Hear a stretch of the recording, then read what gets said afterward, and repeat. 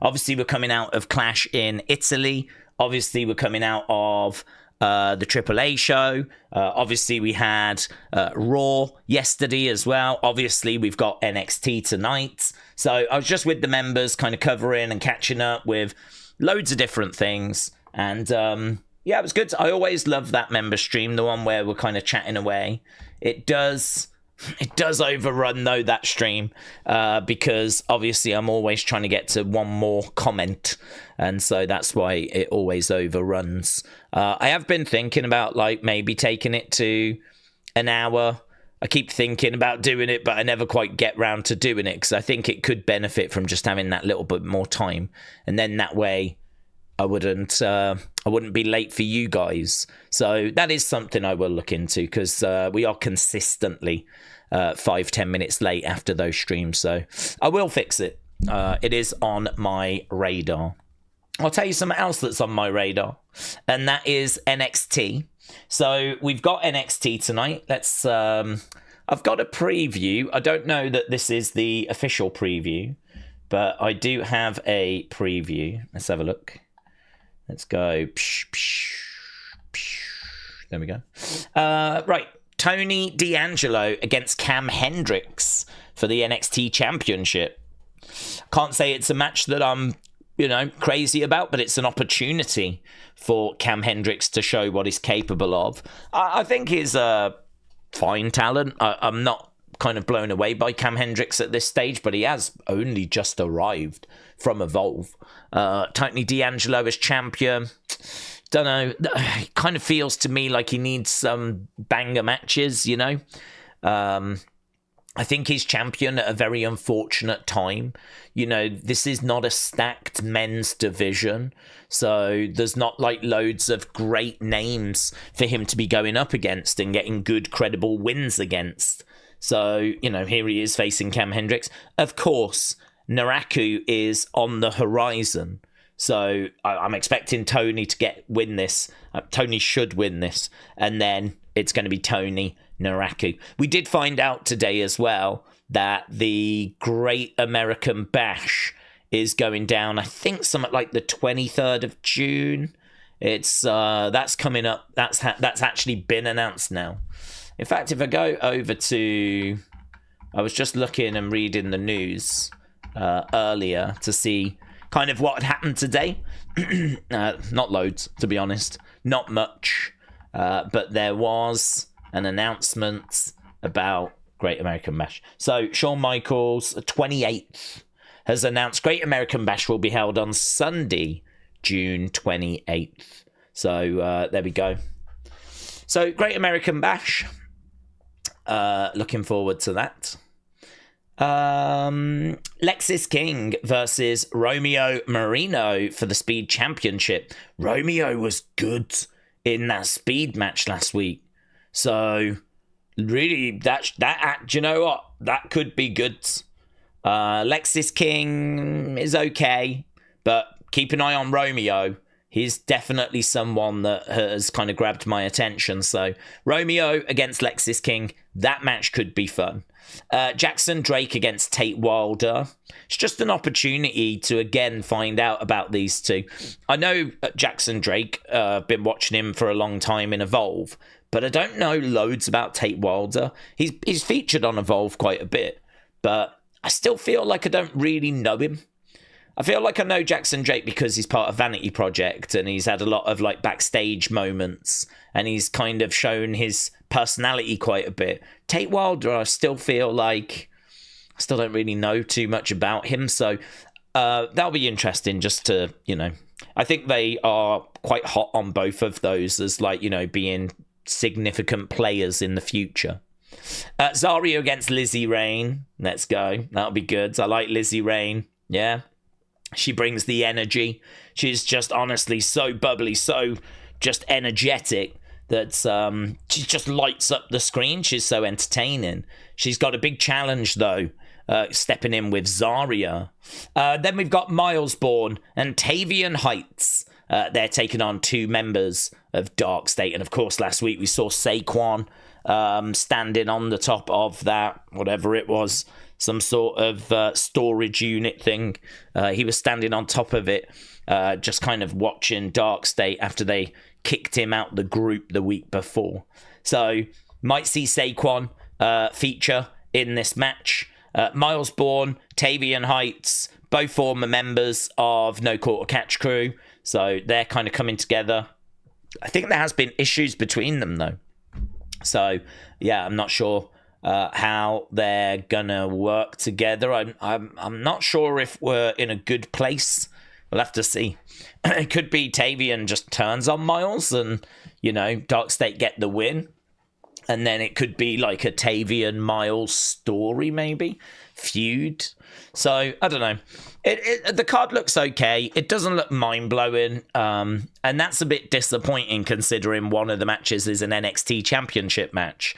But I do think like the NXT Championship's in a weird place right now.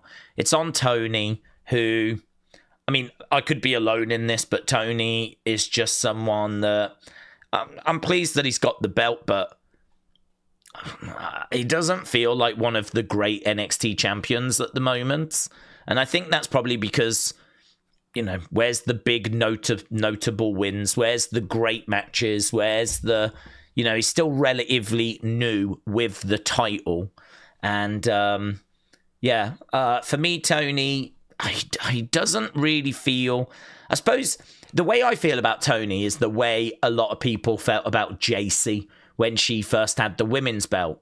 It's kind of like, okay, you've got it now, so now show us what you can do with it. So I'm at the stage with Tony where I like him. I haven't got a problem with him, but it's kind of like, okay, show me now why you are worthy of being the NXT champion. Show me that this is where you belong. Because I can't quite say that I feel that you do at the moment. I kind of need to see more. So Tony is kind of, okay, I'm willing to give it a go. I don't mind Tony. I've got no issue. But yeah, I mean, when Oba had it, you don't need to prove to me that I know this is where you belong. But like with Tony, I don't know, man. Are you only there because everyone else left? Is that why you've got this belt? Because you're probably the most experienced guy that's left now that everyone else has moved on. Is that why you're champ, really? And I think that's my issue with Tony as champ at the moment, is I need you to show me that that's not the case. And the match against Hendrix ain't going to prove that. Unless it's a, unexpected banger. I'll be interested to see what they can serve up. I mean, listen, this is the next wave, isn't it? This is the future of WWE, and I think there is a lot of work, a lot of developing that needs to be done. When you take such a large crop of people away, obviously it means a larger crop then have to step up to fill those spots, and a lot of these people are raw. They are, a bit undercooked, and so we need to do a bit of work here. I mean, it's crazy when you look at it. I mean, Hendrix, how long has he been in NXT? Romeo, how long has he been in NXT? Jackson Drake, Tate Wilder, how long have they all been in NXT? Lizzy Rain, how long has she been in NXT? Myles, Tavion, DarkState, they've been in a long time. Zaria has, Lexis King has, Tony has, but it's kind of 50-50, isn't it? It's kind of 50-50 with a lot of people featuring that are still what I would say are, relatively new, relatively green to this. So, okay, there we go. That's the cards. That is what we've got tonight. Right, let's go over to... What do I need to do? There's one thing I need to do first, and that is I need to just change some of the settings for this, because I think some of this is still set up for last week. So Tony is only champ because there's no one else, says Robbie. That's the concern, and it could also be true. So he has got that responsibility, hasn't he, to kind of show that he is at that level because he belongs at that level. And, that's I don't think we're going to get that tonight, but I think that's what we could get when he faces Naraku. But I don't know, man. There's every chance Naraku just wins the belt and Tony's run kind of comes to an end because, I mean, Naraku is an absolute credible champion. Naraku is definitely someone, what with him being a former IWGP champion, that I'd have no questions about being NXT champion. But I don't know, is it wise to take the belt off Tony so soon? Is it in Tony's interest to have a run with that belt? I would say yes, it is. Is it in Naraku's interest to have a run with the belt? Well, maybe, but I don't know that he necessarily needs it, actually. Because he's already been a major champion in a different promotion. I don't think really being champion in NXT is going to be anything that's going to, you know, blow Naraku's mind. I don't think this is not a step up for Naraku. This is not a step up. Being NXT champion is it bigger than being the IWGP champion? I would say no. I would say the IWGP championship is bigger than the NXT championship. So I think this is why people struggle to accept certain people going to NXT first, because it is seen as a step down for some. And you could definitely make an argument this being a step down for Naraku. But I've said before, I like it. I think that there is an adjustment that's needed. There is a WWE style. There is a changing of priorities. WWE is all about presentation and camera shots and timing.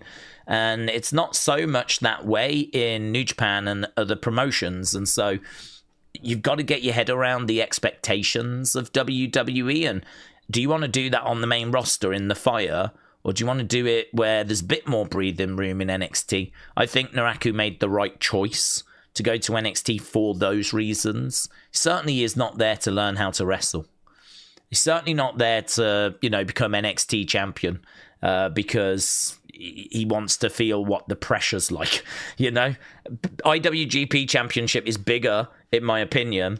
So I think if we do Tony Naraku, I think there is a serious consideration that needs to be made about, is it worth keeping the belt on Tony? It gives Tony a big win. You don't want to hurt Naraku, though, so should there be a distraction or something? But maybe we should continue with Tony because it is more in Tony's benefit. Tony has never been IWGP champion. So for Tony, this is the peak of his career. If Naraku wins NXT championship, it is not the peak of his career. So that's tricky. And then you've got to weigh it with what's right for the show. What's the right thing to do on the show? You've got to sort of weigh it up with that as well. So, yeah, interesting. I'm very confident that obviously Tony gets through tonight because, you know, mentally I'm already talking about the Naraku match. So I'm very confident Tony gets through tonight. Let me just tweet this and then we'll get into the chat. Let me save that. Bang. Lovely. Joseph said, who is worthy enough to go up against Tony to make him better as a champion? Well, Naraku. That would be one. And, you know, then you are looking at a struggle when it comes to experience. You know, ideally someone like Lexis King would be further along than he is because he's been in for a little while now. I don't know if you could use like a Sean Spears. Sean Spears is not the most exciting of names, but he is someone that's experienced. He's the kind of person that's in that position because he's meant to be helping people develop in NXT by being an on-screen character. My understanding is they brought him back because obviously he was with AEW, right? They brought him back not with any intention of calling him up, but with the intention of him sort of working in NXT with that young talent and kind of helping them develop because, of course, he made it to the main roster. as Ty Dillinger and had a little run there. And then he's gone over to AEW and had some experiences over there. And so there's still a bit left in his career. So could it be a case that, you know, he kind of breaks away from the cut? They have sort of teased it as well. They have teased like an issue with Sean Spears. Could it be that we go with him? Keanu Carver would be an interesting challenge for Tony in a singles match. I wouldn't be down on that, but yeah, he's new. He's not someone that's got loads of experience. You could always reach out to someone like Tyler Breeze, bring Tyler Breeze back, you know?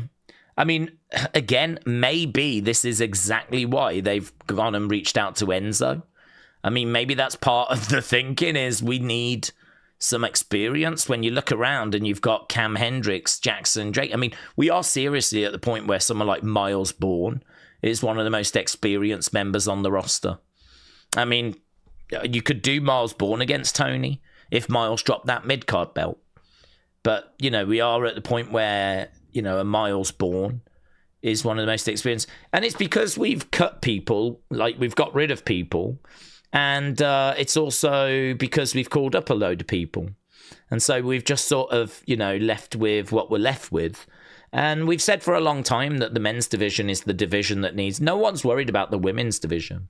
No one's worried about the women's division. No one cares about the tag division, and people are concerned about the men's division. That is where we are with NXT. So, you know, there's rumors of Enzo coming in, which I think, yeah, I think anything that we can add to that men's division, let's go. They might give Tony a match with Will Cruz, Mason Rook.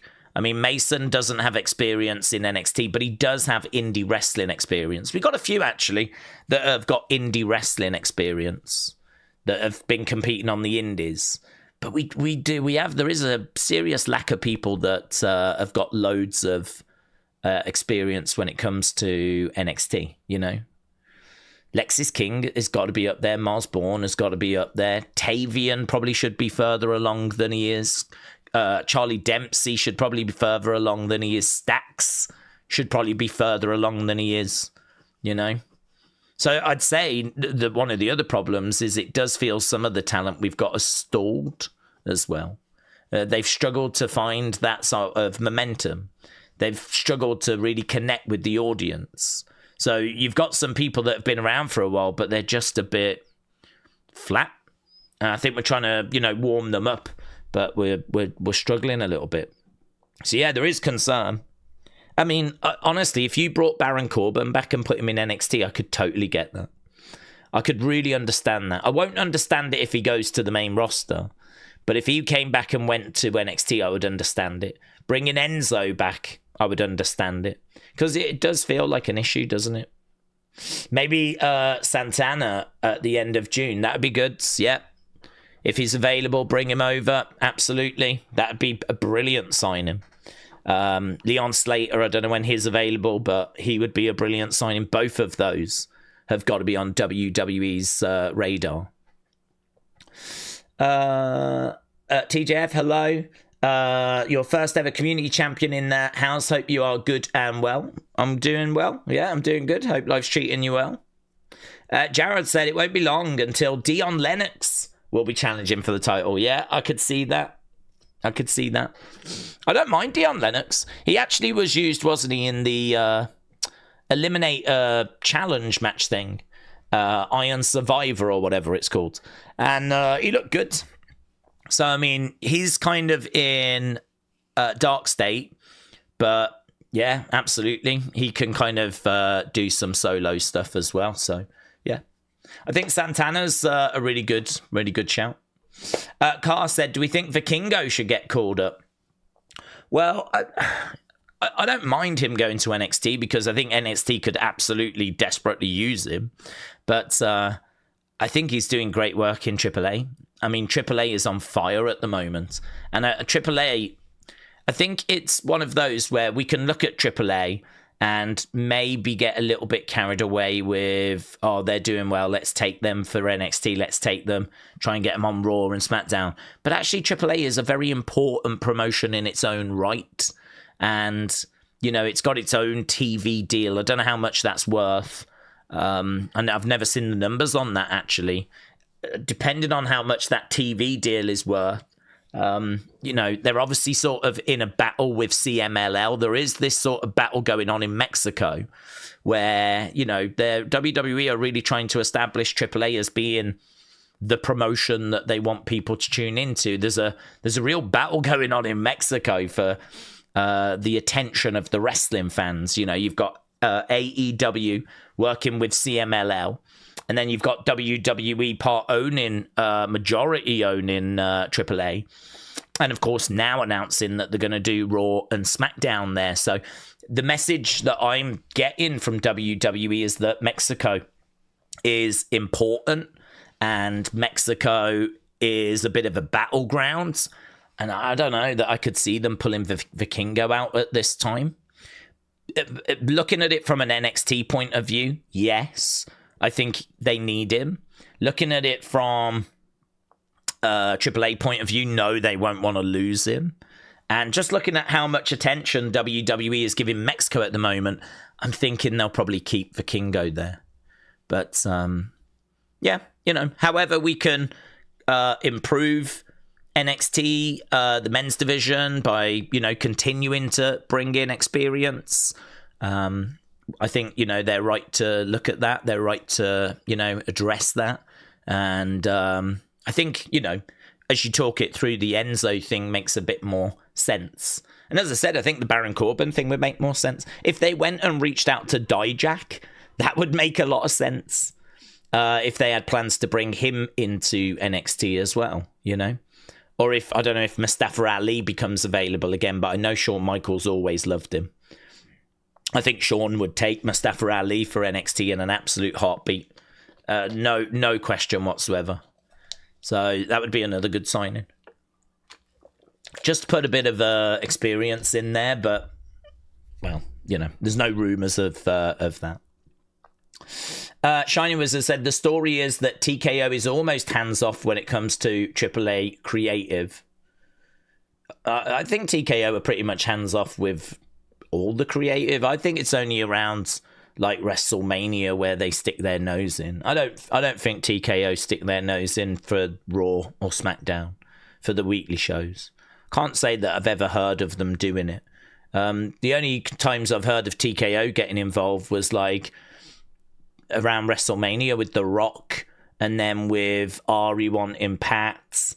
Those are the times where I've heard them sticking their nose in, and then The Rock himself thinking that he can just come in and get, you know, the match with Roman, instead of us doing Cody finishing the story, which again was around WrestleMania. So yeah, I wouldn't be shocked to find out that TKO don't stick their nose into AAA. I can't imagine they're too concerned with AAA. I think their focus is on those kind of, you know, bigger shows. They potentially could stick their nose in for something like a SummerSlam or a Saudi show, something that is of great importance. And the Saudi shows are important because obviously we're getting ever closer towards that deal expiring. And you know they would love to extend the deal with Saudi Arabia. So if they don't feel like those Saudi shows are good enough, big enough, then they could start sticking their nose into that. But I can't sit here and give you loads of examples of where TKO have sort of got involved outside of the WrestleMania stuff. Edward said, Daze, when is Takahashi coming to NXT? Could there be a surprise tonight? I've not seen any word on Takahashi. The belief was that he's still on the way, but there's not been any word that he's like, it's soon or what's happening. I don't even know what the delay is, to be honest. So again, he would be a brilliant person to bring in to NXT. Talking of experience, he'd actually slipped my mind as we were just kind of talking about a few names there, because there's just been no chatter about him for so long now. But the last thing I saw about him was that he's still on the way. The belief internally is that he is still on the way. But no word as to when. Wyatt said, I hope we see Keanu Carver tonight. Pat said, The Rock could pop up and demand a title shot for a B show and it not be a big deal. But when the whole year is building towards something. Are you talking about that night of chat, like at a Saudi show, do you mean? I think if there's going to be a Rock match, they probably would save it for a SummerSlam or most certainly a WrestleMania. But if TKO felt like a Saudi show was really struggling and let's put it this way, it would be worth The Rock doing a Saudi show to really boost numbers and really make it a big deal if TKO thought that would help them get an extension to the Saudi deal. The Saudi deal is worth, well, this one has been worth $1 billion. $1 billion over 10 years. You know, a Rock match, I don't know how much you'd have to pay him for a one-off match. It's going to be millions. But I couldn't give you a number because I actually don't know how much how much people, because we work on just contracts now. People get paid like a salary, like you get paid X amount a year. So I can't really give you any numbers for like how much we paid, I don't know, Floyd Mayweather to perform at WrestleMania. That'd be interesting actually. How much did we pay Floyd? I wonder if ChatGPT knows. How much did WWE pay Floyd Mayweather for WrestleMania 24? Also, how much did WWE pay Bad Bunny for WrestleMania? Okay, let's have a look. Floyd reportedly earned about 20 million, but that is disputed by WWE. Officially, the figure was never revealed. So the rumor was 20 million, but WWE said no, we didn't pay that. So don't know. Bad Bunny estimated, no figure has ever been revealed, but for some reason ChatGPT has brought back about 100 grand. Look, Rock, I don't know, 10 million? What are we talking? For a one-off appearance, one-off match. If WWE had to pay that and they really believed that it was going to help secure $1 billion contract, it's a no-brainer, isn't it? So as stupid as it might sound, The Rock work in Saudi Arabia, if TKO believe that, you know, the deal is there or thereabouts, if they're talking with the Saudis and there's interest and they can somehow think, how do we sweeten the pot, right? How do we get this over the line? And they're like, we can get The Rock for you, right? And a Rock match might just do it. Yeah, of course. It might sound a bit silly because like the Saudi shows I don't think are held at the same level as a WrestleMania, right? So no one's really thinking of like, you know, Night of Champions of being that level or Crown Jewel of being that level. But honestly, to the business, those shows are so important. Like how much money they generate for WWE, they are so important. So yeah, it's not the craziest shout in the world, honestly. It's not the craziest shout in the world. They could reach out to him and use him for one of those shows if they really believe that there is a big business upside to that.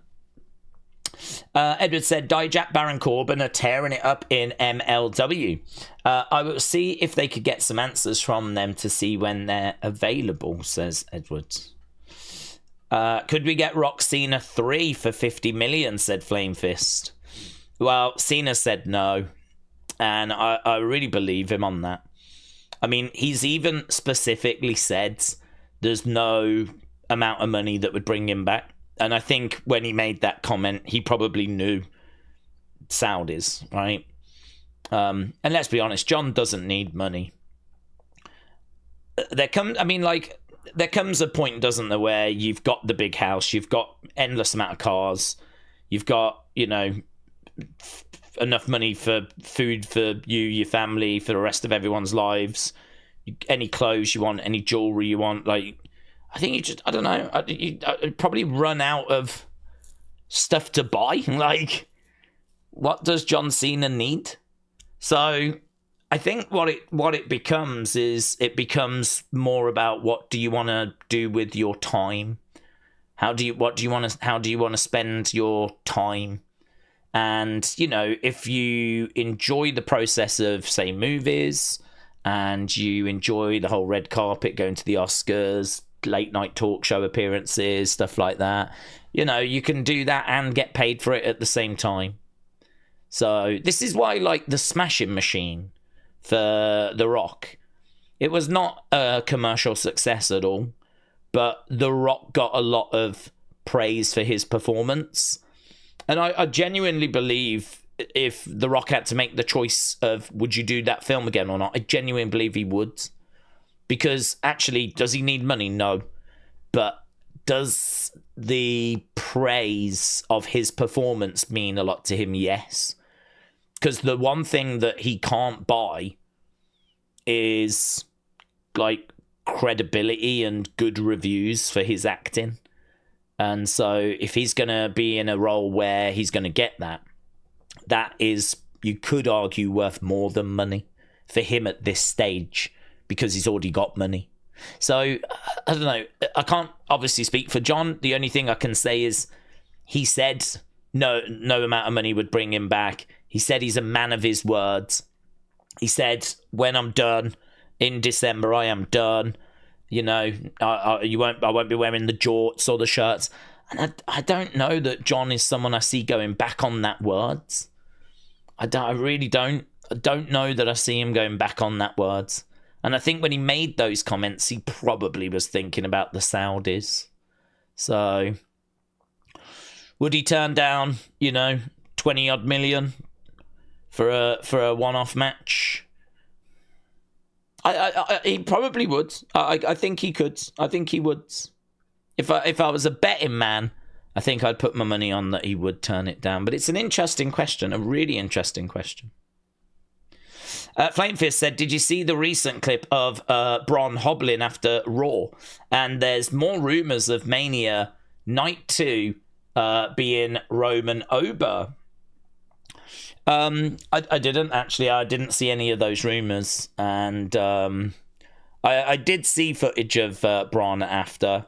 I don't know that there's no report of anything serious, so it might just be a bit banged up after the match, but definitely worth keeping an eye on, just in case there is, like, some issue there.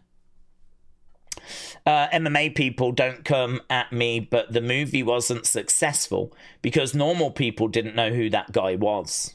Yeah, no, I don't disagree with that. I don't disagree. I think the hope was that people would take a chance on the story, and it didn't really work. It didn't. I don't know if they got the promotion right for it, because I think that's obviously what they needed to get across to the casual person. I mean, not everyone's into MMA. I think a lot of MMA fans went out to watch it. I think a lot of The Rock's fans went out to watch it. But for that movie to have been a success, you needed non-MMA fans and non-Rock fans, like actual just normal regular moviegoers, to go. And yeah, I agree with you. I think that was a group that they really struggled to attract. But it doesn't matter. The money that The Rock will have lost on that is going to be chump change to him. Don't think he's worried about. I'm sure he was worried. Rich people still hate losing money, but in the grand scheme of things, it was like losing $20 or something like that. It's annoying, and it's probably going to be like playing on your mind. But has it massively changed your life? Hopefully not. Hopefully not. Hopefully you could take a loss like that. And I think, like, he certainly can. So, yeah, it was not a financial success, but I think the praise he got for it meant a lot to him.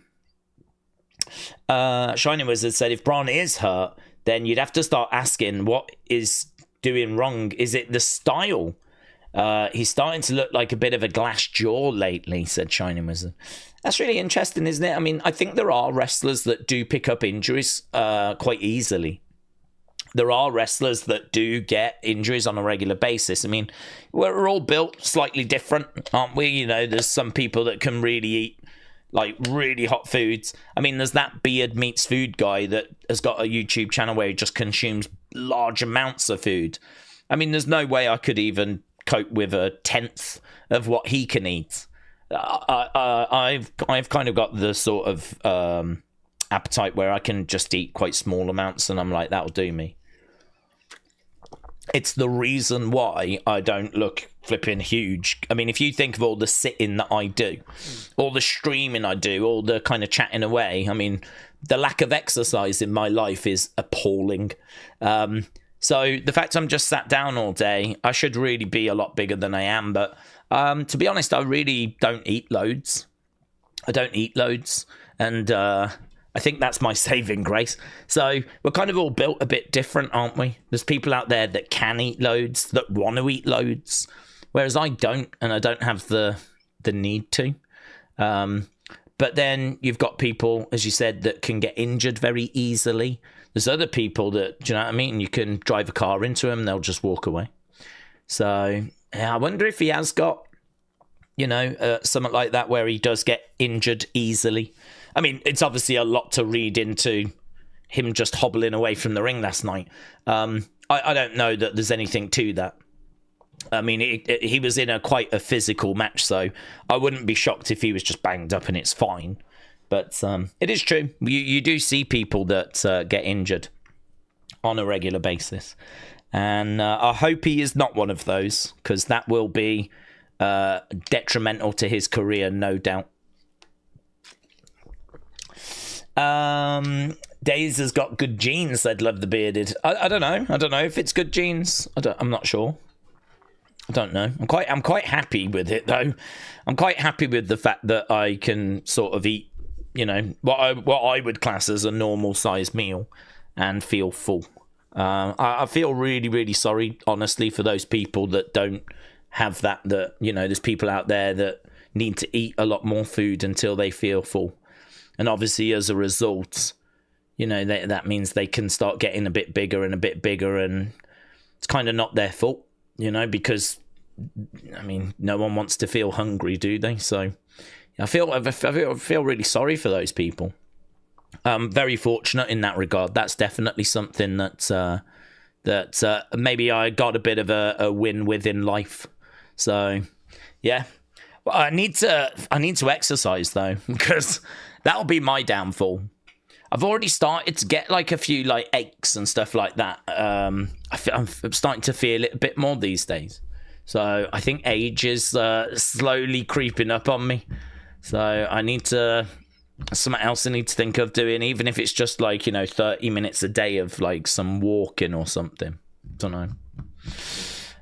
Big Time said, I'm trying to buy into the new NXT faces in the men's division. I like the wrestlers, but I'm not moved. Maybe there's just some character development or some blandness. What do you think? Yeah, I think that men's division is in a very vulnerable place. I don't think there's any dispute in that. It's not a concern for me, because I look at the women's division that's obviously doing some carrying right now. I'm looking at the likes of Kendall Gray. I'm looking at the likes of Kalani. I'm looking at the likes of Lola. I'm looking at Ren, who put in a great performance.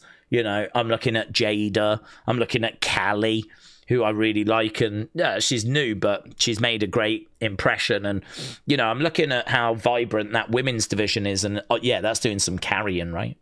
Over on the men's side, I think there's lots of potential. Like, I do like Elio Lafleur. He's out injured at the moment, but I think he's a good talent. I do like Keanu Carver. I'm intrigued by Vanity Project, because I think Swipe Right are actually a great team.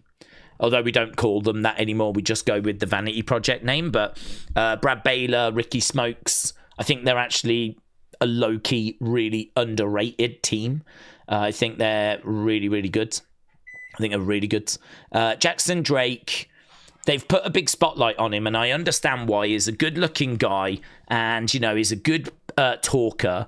He's very confident with his talking and his delivery. Match quality is not bad. There's definitely potential there. I think he could definitely go on and be a bit of an Ethan Page type character, kind of with a dash of Randy Orton thrown in. I think he's interesting. I think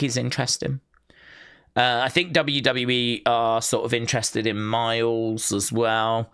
I think the fact that he's deaf is obviously a big kind of selling point, market point. It's a disability, but wrestlers with disabilities are kind of rare, really. There's not been loads in the history of WWE. So, you know, it's obviously a disability and something that I'm sure he wished he didn't have. But it does make him stand out. It is something that you can sort of use to connect him to people. Any way you can connect to the crowd is obviously a positive, because that's what everyone's trying to do. So he's got this disability, use it to your advantage, you know? You've got this setback in life, but it could actually be something that really ends up helping, which would be great, you know? Finding the positive in the disability and using it so that he can connect with the audience. So I think WWE, you know, and he's a great wrestler in his own right as well, of course. But I think WWE are looking at him. He's in the mid-card. Just need to give him some really good feuds, some good stories. And obviously Naraku's come in as well. Rumours of Enzo coming back. Rumours of Takahashi coming in. So, I mean, WWE are going to be very aware as to where they are with the men's division. It's not like they're not aware. It's not like they're looking at the men's division thinking everything's amazing, right? Otherwise, why would you go and reach out to an Enzo, right? So I think they're very, very aware that it needs a bit more experience putting into it. I think they're very, very aware that they need some of these young talents that they're building up to click. You know, we need to find the kind of presentation that's going to connect them. I mean, we were so lucky. We had Trick, and we had Javon, and we had Oba, and all of them kind of connected with the audience. All of them were crazy over, and it was probably the best. It was probably the best kind of wave maybe ever that just landed on the main roster. So now NXT obviously has got to sort of replenish, and, well, you know, it's not going to be easy. It's not going to be easy. And there's definitely some work that needs to be done. And not just work in recruitment, but work in, as you say, developing the presentation. So, yep, work to be done. That work continues tonight. And it will be a big focus, yeah, for Sean and everyone. In your opinion, how high is Jackson Drake's ceiling when he goes to the main roster? Well, it's going to be tricky, to be honest. It's going to be tricky because I think he's young. He's only just arrived. He's someone that has got a lot of potential, and I don't think we've really even scratched the surface yet. You know, I'm looking for those great stories, those great feuds. I'm looking for him to have some real memorable moments. And it's tricky because I feel like there's not much experience for him to work with. There's other people. One of NXT's problems right now is there's a lot of people trying to figure out their characters. There's a lot of people that need the same sort of thing, which is some experience to learn from, some experience to sort of bounce off. And actually, if you're Jackson Drake, you're looking around, who you got? Keanu Carver, that's just come up from Evolve, you know? I mean, Jackson Drake probably needs to get in there with Tony, probably needs to get in there with Naraku, you know, Jackson, but so does a lot of other people. So there might be a bit of a queue. And so that's where it is at the moment. So I think because of that, it's going to probably slow his development down. it's probably going to slow his development down. And so that's why it's tricky. But eventually, I think he'll get there. It's not a rush.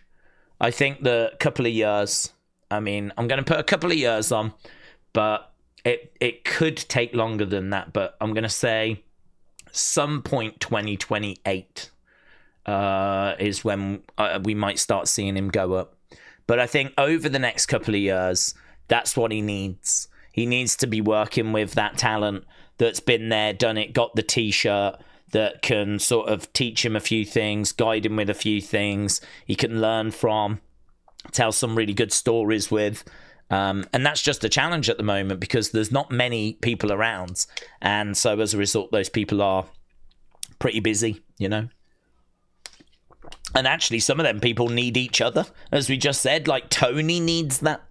Tony needs that. He needs to work with people that know what they're doing, that aren't learning as much as this new talent are learning, because Tony needs to put on banger matches as the champion. It's kind of hard to put on a banger match when you've got a Cam Hendrix or a Jackson Drake or a Keanu Carver, because those people are still learning considerable amounts. Really what you need is you need someone that's not learning at that rate. You need someone that's learning a bit more like that. Someone that's kind of, you know, like when Johnny Gargano was in NXT and had pretty much plateaued. Because, I mean, you know, he'd sort of learned everything there was to learn. And then because of the pandemic, he just sort of stuck around. And he stayed in NXT way too long. He was there much longer than he needed to be. But could you imagine if Johnny was there now? I mean, I don't know. Why have we had him doing the plank thing? Johnny Gargano would have been so much better just dropped in NXT over these past couple of months.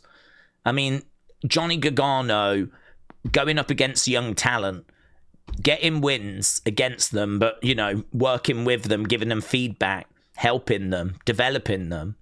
And then Johnny goes on to face Tony for the title.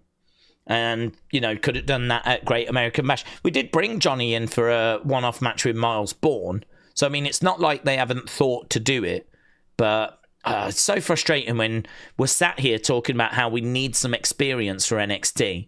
And then week after week, we just have to watch Johnny lying down backstage on SmackDown. It's a real head-scratcher.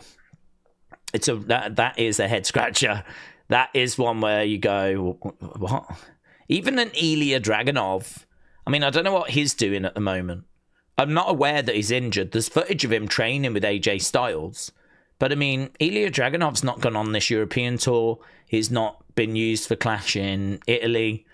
I mean, could we have not used him in NXT for a couple of months? I feel like the answer to that should have been yes, we could.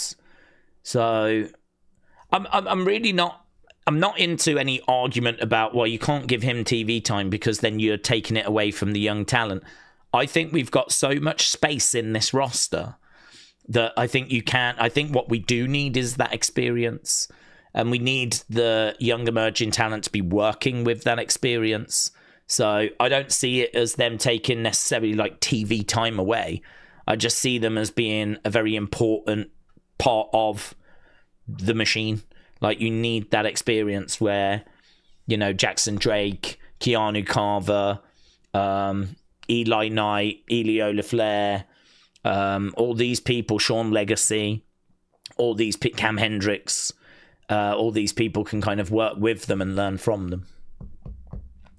Pat said there should almost be like a regular rotation for a guy to go to NXT with the draft.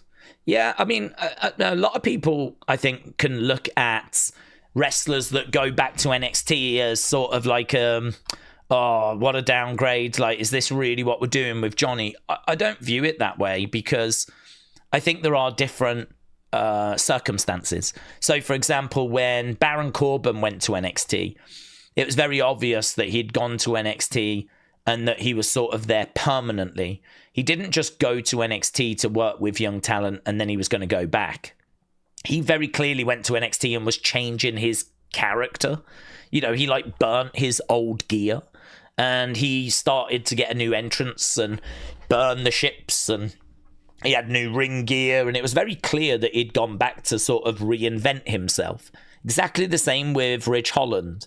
You know, it was very clear he didn't just go back to just, you know, work with that young talent and then go back to the main roster. Again, it was like we were looking at the character, looking at his presentation, tweaking stuff. You know, he was no longer a brawling brute. And so sometimes there's people that go back that you can tell have gone back because they've run out of road on the main roster, and they need to reinvent themselves. And then sometimes there's people that go down to NXT, like when Becky went there, that go down there because they haven't really got much for them at the moment on the main roster. There's a month or two that they can go to NXT and do something. And, you know, they're just going to go straight back to... They don't need to change anything. They're not really going to NXT for their benefit. They're going for the benefit of, you know, the emerging talent. And so there's kind of different times where talent will go back. If Johnny was to go back to NXT for a couple of months, that to me is not a problem. That if Ilya was to go there for a couple of months, that to me is not a problem. If Johnny was to go there and they start messing up his presentation, start changing stuff, then I would be concerned, because that to me is them basically saying Johnny is here for that reason. And that would say to me that they're not convinced with the presentation and that there is a problem, and he's been sent back to NXT to work that out. And actually, it's a little bit like, I don't know how many of you watch soccer, but sometimes there's like a controversial goal. And so what will happen is they'll ask the referee to go to the screen to review it, right? And so you get this sort of hand gesture, yeah, which means he's going to go and check it out. And pretty much every time he goes to the screen, is it a penalty? Isn't it a penalty? It's pretty much always a penalty. He always gives it. Whenever he goes to the screen and looks at the replay, there's normally enough in it where he's going to give the penalty, right? And the reason why I'm telling you that is because whenever a talent goes back to NXT to sort of reinvent themselves, pretty much always means they're screwed. It pretty much always means, like, unless you find something really special that really connects with the audience, they're probably just seeing out your contract. They've probably already made their mind up. It's probably a case like in Baron Corbin's case and Mustafa Ali's case and Ridge Holland's case. It's probably just, you know, it ain't. You're going to have to find something really special. You're going to have to really catch fire. You're going to have to do a Joe Hendry and really get the crowd on your side, you know. Chances are you're probably not going to. And chances are that you'll end up getting released or your contract will expire or something like that. So, yeah, I agree. I think if someone from the main roster went down to NXT, that would be great.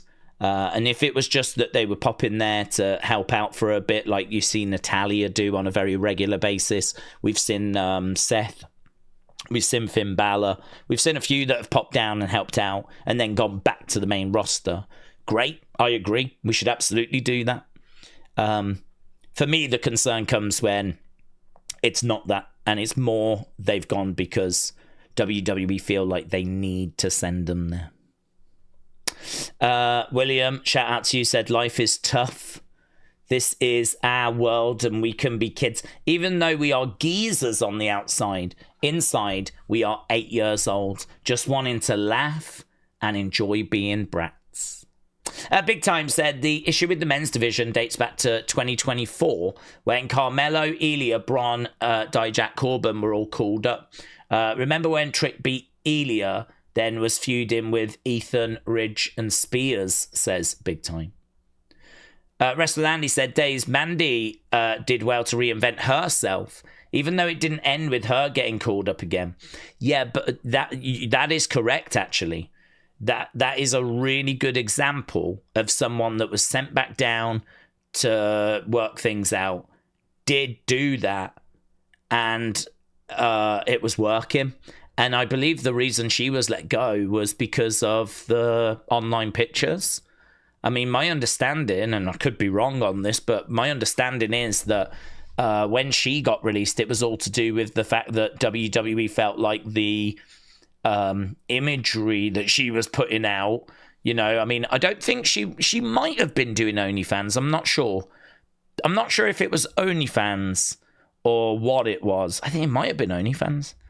But the pictures that were being put out were getting. I seem to remember there being a video. I mean, I was told this. I've not seen it. I was told this. This is what I've heard. Right? There was a video where she was sort of in a swimming pool, and you can like clearly make out her breasts, like everything. And I think WWE kind of felt that was a line crossed. So I've not really sat down and listened to her kind of telling her side of it. But I really don't believe that it was a case that she went down to NXT, worked it out, and then still got cut. I actually think she would have been okay. I actually think she would have gone back to the main roster. I think she would have been one of the success stories of someone that did go back, did connect with Toxic Attraction, and then go back to the main roster. But I think she actually got sunk by some other issue, which I think caused quite a bit of frustration for her. But I've not seen that. I mean, you'll have to look into it yourselves, yeah? I mean, what I would say is look into it yourselves. If your partner comes in and says, what the hell are you watching? Just say, Daze told me I had to watch this as homework so that I could learn more about wrestling, yeah? Because I really care about professional wrestling, and I have to watch this video because actually this might have been the video as to why a wrestler got released. So I am watching it several times so that I can make my own mind up as to whether she should have been released or not. So take your attitude somewhere else, yeah? Because it's not useful. It's not constructive. You're painting a very bad picture of me when actually what I'm doing is I'm being a wrestling historian right now, right? So that's what I would say to any partner that gives you any grief, right? So there you go. That's an official piece of homework from myself and Wrestle with Andy. Benito said, I love this new shirt. Yeah, I've run out of black shirts. I change my shirt every day, and I know that there's probably a lot of people that don't believe that. But I do, because, you know, even I've got standards somewhere. And I've run out of black. So I have now gone into grey. So I've got a load of washing in, but so I might be back. I might be back to black, in the words of Amy Winehouse. I wonder if that's exactly why she called her album Back to Black, because she also had this same issue. But I should be back to black tomorrow. But I'm feeling fun. I'm feeling fruity, you know. This is like me on holiday, breaking out the colours, yeah. The Vince, Triple H and Nick lawsuits and the deleted messages, yeah. Is there a risk for WWE's future? It seems like fans are captivated with this more than the product. Oh, really? Oh, I don't give a flip about it. Are they? I ain't done a video or anything on it. I don't care.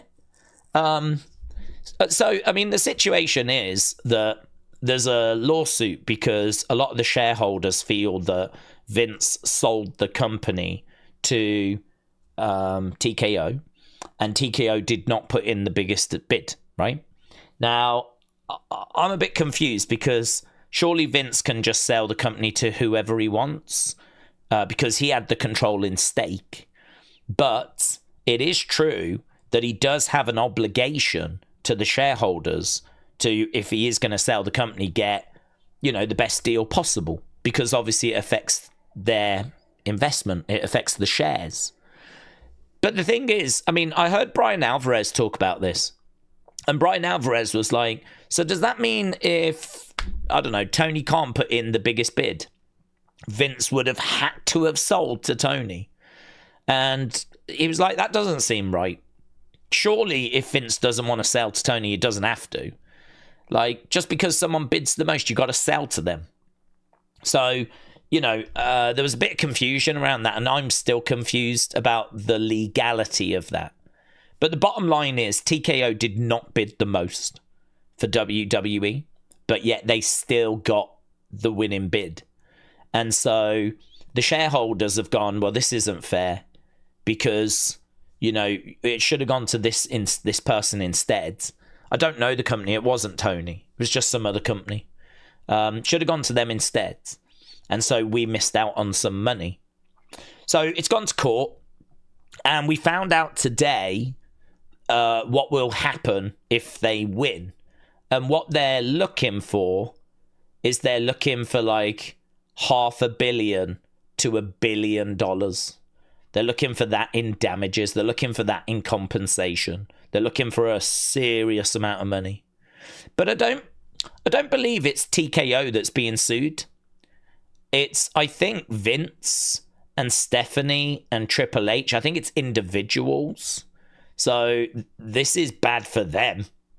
This is them going to court, having to try and make sure they don't lose $500 million. Financially for them, this is Armageddon, right? This is, but all three of them are very wealthy, of course. But that would be a lot. That would be a lot. I mean, it could be that the shareholders win the case and it's settled and they don't end up getting anywhere remotely close to that, but they could still get a good couple of $100 million. But no, this is not the end of WWE. This is not, oh my God, is WWE in trouble? Is the company going to close or anything? It's nothing like that. This is this is not really WWE. TKO have got the company. That's not going to change. That's not in question. It's just the shareholders that felt like they were robbed. They want to get the money they think they're owed, and that money they think they are owed, they want from Vince, Nick Khan, Triple H, Stephanie McMahon. I don't know who else is in it, but it's they're the ones that are feeling it. So I suppose it is a story. Obviously, we don't know how the case is going to go. So it is a story. It is something to be aware of, but I don't know. It's all like shareholders, business. The outcome is going to be that they potentially lose money. I'm not really bothered. They're rich people. Breaking news: rich people have to, pay money to some shareholders. That's what the story is going to be. It's a bit removed from like, what did you think of Clash in Italy? It's kind of over there. So it's something I've been keeping an eye on, of course, but it's not something that I've been like, certainly not something I've been thinking about or talking about, or something that's been raised on the streams more than the actual shows. We've been talking about Raw, SmackDown, Clash in Italy, Mask versus Mask, what's happening with Oba, Brock's back. That's where our conversation's been. I'm pleased about that. That's definitely the right place for us to be, more so than talking about some shareholders lawsuit thing. Robbie said, one of the biggest problems with NXT is not having a PLE between early April and late July. It's hurting the brand and the champs. Okay. Pat said, could it be they settle for millions for it to go away? Which is the case for many lawsuits, yeah. Yeah. Absolutely. It could be that it just gets settled. Problem goes away. They lose, Vince and everyone lose money, and it could be, a significant amount. But at least the done, problem's gone. I mean, this is the business world, isn't it? Everyone's out to get as much money as they can. Everyone will sue anyone for, looking at them the wrong way. If these shareholders feel like they were wronged and feel like they've got a case, bang, lawsuit.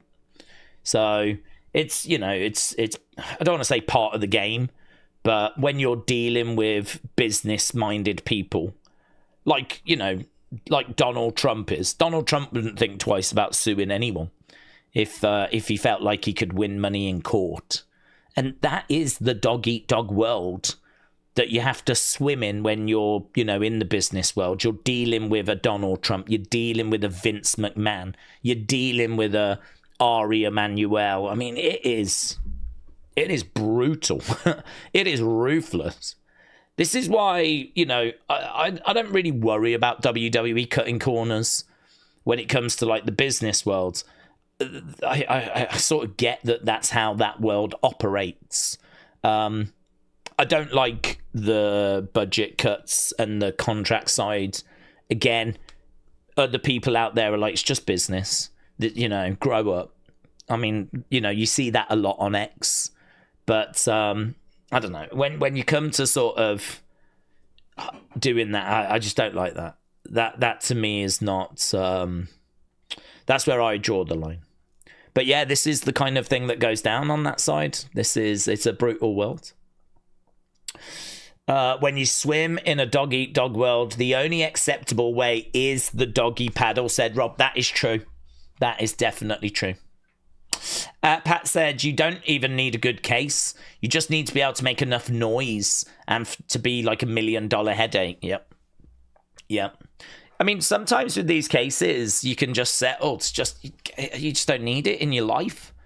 Do you know what I mean? Like, if I don't know, 50 million makes it go away. And it's a case that, if it goes to court, could be 500 million or something like this. I mean, you never quite know how a judge is going to go. I mean, it could be that it's looking good for you, but we're not sure. We'll have to see, I mean, if you can throw 50 million at it, 100 million at it, and they take it, and the case goes away, yeah, you're right. There's a lot of that goes on, and that could absolutely be what happens here as well. So definitely something to be aware of, and definitely something to, keep an eye on. But as I said, because it's like, I don't know, shareholders, there's some people that get excited about those sorts of things. I don't really. I mean, it's a lawsuit about money, and yeah, it's not very exciting. It might result in Triple H, Stephanie, Nick Khan, Vince losing some money. I'll probably get more excited once the result comes in and we know how much of a hit they've got to take, even if, or maybe they don't. But if they do, then it'll be interesting to me. Then I'll be like, oh, that's a bad day for them, innit? They've all just lost 200 million each. Oh, definitely going to want to drink after that. But at the moment, we haven't got to the actual case yet, so we still don't know what the outcome of that is going to be.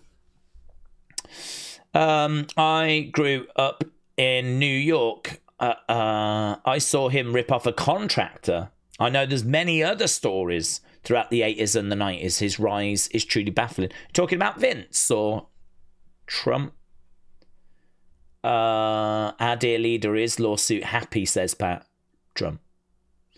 Brandon has got loads of information, all the information about the ring case and Janelle case. That it's a nothing case, says Shells.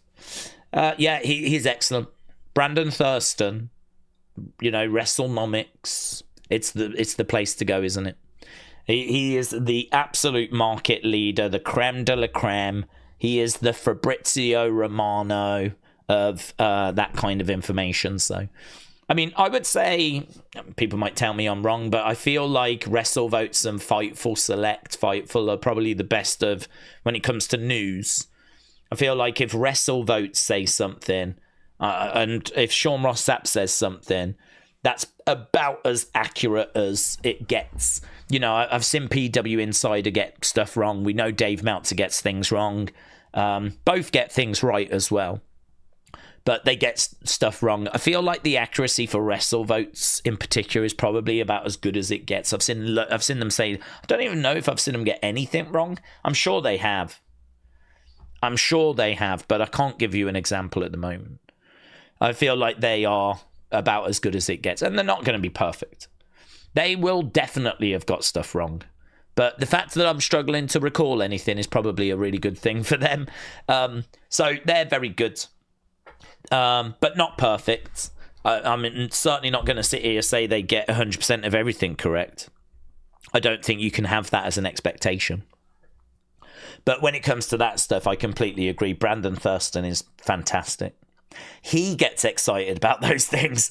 I don't get excited so much about lawsuits and stuff like that. He does. He flipping loves it.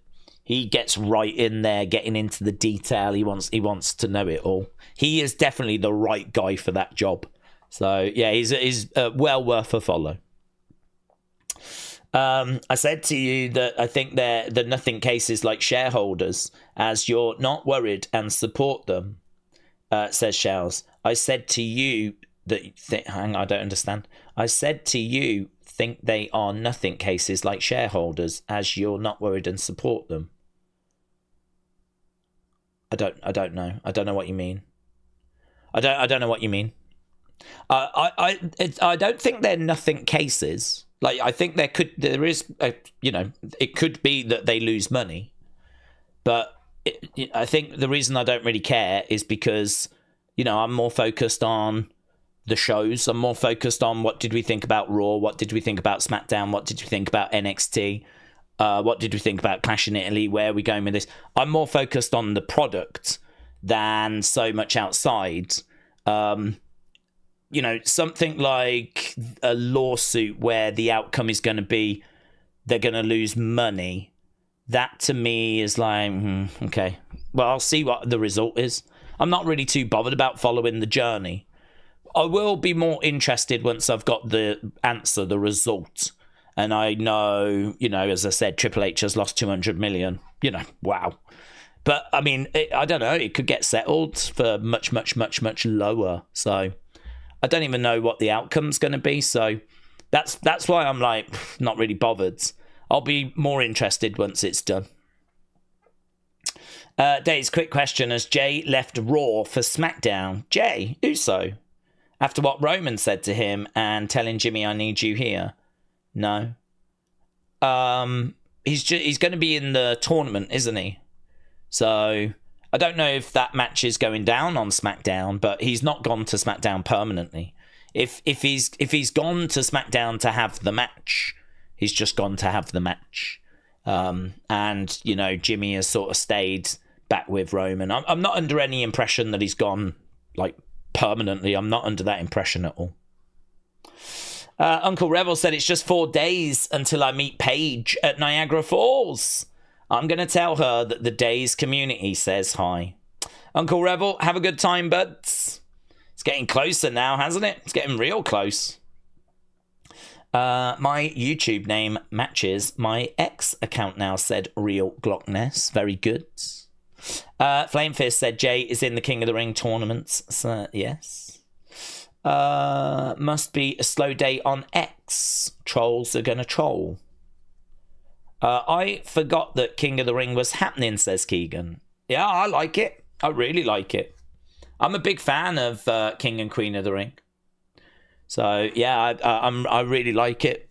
I don't even hate the fact they're doing Fatal 4-Ways into semi-final. I sort of get it. I mean, looking at the 2 matches we got on Raw, they were both really good. So, we're going to get another 2 really good, hopefully really good, first-round matches. And then we get 2, hopefully really good semi-finals, 2 very interesting, and then hopefully 2, obviously, very good finals. So, the tournament is providing us a lot of really good content. And, of course, the winner will go on to SummerSlam. It's a big prize as well. It's a big thumbs up from me. The only thing that I would like, if I could tweak it, is I would just make it bigger. That's all. I really like it. I'd like more of it. I really like some of these, because I said some of these interesting matchups, like, I don't know, Seth Ober or whatever. Or maybe you've got to do Tala solo, because they've both won their matches and now they're facing each other. And Roxanne versus Liv. And it's like, they're friends and there's no issue, but it's going to have to be may the best person win type situation. And actually, someone will win, someone will lose, and then you've got to deal with the aftermath. And actually, that can obviously be very interesting. That can lead to resentment. How do we deal with that? I think that's, there's some really interesting stuff that can come out of it. And some really great matches as well. I mean, you could put two people in the ring that could put on an absolute banger, and you're like, God, I did not expect that.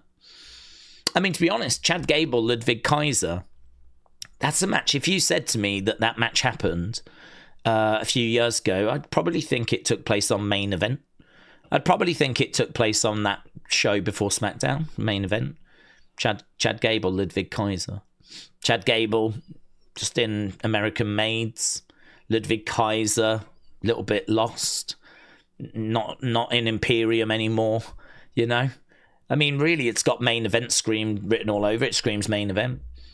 I would not expect you to tell me that it was match of the year and that everyone was raving about it and that, you know, it was like the main event of a major Mexican AAA show. I would be like, what? Sorry? Chad Gable against Ludwig Kaiser? So, yeah, I mean, it's kind of crazy, isn't it? The way that you can present people. So, yeah, that match, so good. People still buzzing about it. Still had people asking if we were going to watch it again. It's really good. Bruce said, thanks for clearing up. I watched the Christmas present from Mama Days today, said Bruce. Oh, yeah, that's good. That's a good video. Forgot about that one. That was a big surprise. Still got that as well. Still got that. It was really good. It's yeah, it's a bit dated. The controls, you know, are not as they're good. Everything's fine, but you know, I think all these years later, you could probably find something a bit better. To be honest, back then though, there wasn't as many of those kinds of items, and so yeah, it was a real special one. That I forgot about that video. It was a good video. That was. Benito said, after seeing every wrestling promotion from top to bottom, I've come to the conclusion that ARW Pro is where the best wrestle. So AEW has got a lot of explaining to do. Real Glockness said, I've been dealing with a lot today, and I don't want to be on a downer, but I'm not looking for sympathy or anything, but I did just need a distraction and some laughs. Real Glockness, shout out to you, buds. I understand it. I've been in that boat where you just need to take your mind off stuff, you know. And as we've said so many times, wrestling can be so good for that because it's just like ever present. It's, you know, every night. Plus also we tend to start earlier as well. So, I mean, you can always swing by here. So, yeah, it's wrestling, WWE, any kind of wrestling is obviously really good to kind of escape into. So hopefully, you know, it'll be a good distraction for a few hours, but... what was your favourite NXT match or event? I love Johnny winning the title, said Wrestled Andy. Andy, shout out to you, but it's a great question. Oh, God, I've got so many moments that I love because I remember when we got the network in... I want to say it was early 2015. I don't think it was the end of 2014. I think it was early 2015. And that was when I could really get proper visibility on NXT. You know, before that, there was like stuff being put on YouTube, whatever. But like actually sitting down watching like episodes, I'm not aware. I don't know that we could. I'm not aware. I mean, maybe Watch Wrestling or something. Perhaps there was like bootleg filmings that were being put online or something. I don't know. But there was no visibility for me. So 2015, we get the network, and I remember just scrolling through, and you had all the back catalogue there. I remember just like binging it and just like working my way through and just like catching up with loads of bits and really enjoying it. But what was really good was where we were at that time as well. I mean, I still think 2015, 2016, 2017, I think that is, for me, the golden period. Probably chuck 2014 in as well. I mean, that run is... Ugh. I mean, this is where you got Balor coming in. We're getting the demon character, you know, Samoa Joe coming in. This is where you still got Sammy around. Kevin's around at this time as well. Because they both go up later in 2015. So, I mean, you got Sami Zayn, you got Kevin Owens, you got Finn Balor, you got Samoa Joe, you got the Four Horsewomen. They obviously go up in 2015, but Bayley sticks around. and it's not long after that Asuka kind of comes in. That period there is brilliant. So, I mean, on the members side, we rewatched Bayley and Sasha from 2015, the Brooklyn match, and that was good. It's a match I've seen a few times now, of course, but I just love that period. And I think I want to say it's that same show where we actually get one of my favorite NXT moments, and that is at the start of the night. It was Blake and Murphy with Alexa, because she was with Blake and Murphy. She was with, I think, Murphy, wasn't she, at that time? Buddy Murphy. And they were taking on, I want to say, the Vaudevillains, was it? And we needed someone to kind of cancel out Alexa. And they bring out Blue Pants. And Blue Pants is definitely an NXT character lost to time. Definitely. I mean, not a character we mention very much, but does come up occasionally. But Blue Pants was Leva Bates, who was the librarian in AEW. Not a big name, indie wrestler, bubbly, and okay in the ring. I mean, she was all right. She's not really anything special. You wouldn't go back and watch her and have your mind blown, but, you know, she could chuck girls around, do the odd thing, suplex, you know, stuff like that. She had a few bits. But she just really connected with the audience because I think she wore these blue pants, and I'm thinking it was Enzo that called her Blue Pants. Hey, Blue Pants. And referred to her like that, and it stuck. The crowd started calling her Blue Pants, and her name became Blue Pants. And her t-shirt was a grey shirt like this, but with a blue pair of pants on. And that was like the shirt that she had.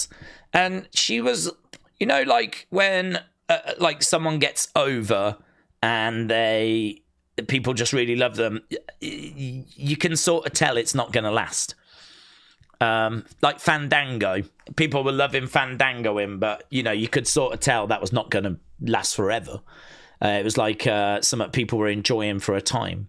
You could sort of tell with her that, you know, it was not going to last forever, but she was over, man. People loved her. I bought the shirt, and it was like, I suppose in a way it was like this girl that was not meant to get over. You could sort of tell that she was there, but she wasn't really in any big plans, and she just got over, and it was brilliant. It was a shame that we never really capitalized on that. I mean, she came out, I want to say, at the start of that Brooklyn show, and big pop, man. She was the person I wanted. We sort of knew that the Vaudevillains were going to need to get someone to even up the score, and they get Blue Pants and they bring her out, and for the longest time that was my favorite moment. And it's mental because it's such a weird little thing, but I really liked her, and I really liked the Vaudevillains. So I hope I'm remembering that correctly, that it was them that brought her out. But they needed a girl to sort of even up the scores with Alexa, and she was the one that they got. And then not long after that, we get like, I think it was after that, we get Sami Nakamura, which is the best match I had seen in NXT up to that point. And that was like, oh my God, like, and that was a match that, like, I was stunned by. I absolutely loved. So, you know, that then probably became like my favorite match, my favorite moment. I remember Keith Lee finally getting the belts as well, and that being a real major moment with like all the confetti and everything much later. That was pretty cool. That was a pretty cool moment. There's another one as well, which is a bit more personal, and that's when we did the NXT UK type show at the Royal Albert Hall. I was there for night 2, and night 2 had NXT people on. Adam Cole was on. I think Shayna Baszler was on. And one of the things that was on was, I think it was Undisputed Era against Trent Seven and Tyler Bate for the tag belts. And Tyler Bate, Trent Seven win the actual NXT tag belts in the Royal Albert Hall. And they jump into the crowd to celebrate. And I'm right there. There is a picture that I need to try and find. And actually, I should run it through AI. Because, again, a lot of my pictures are blurry. But AI would be able to sort it out. And it's a picture of me with Tyler Bate, like, 30 seconds, if that, after he's just won the title. He jumps into the crowd, and I managed to get a quick picture with him. So, I mean, that's a real special moment. I need to find that. The reason that I don't really ever show it off so much is because it's blurry. It doesn't really look very good. I got it, though, and I was pleased that I got it. And I looked at it. I remember going, it's okay. I got it. At least I got it.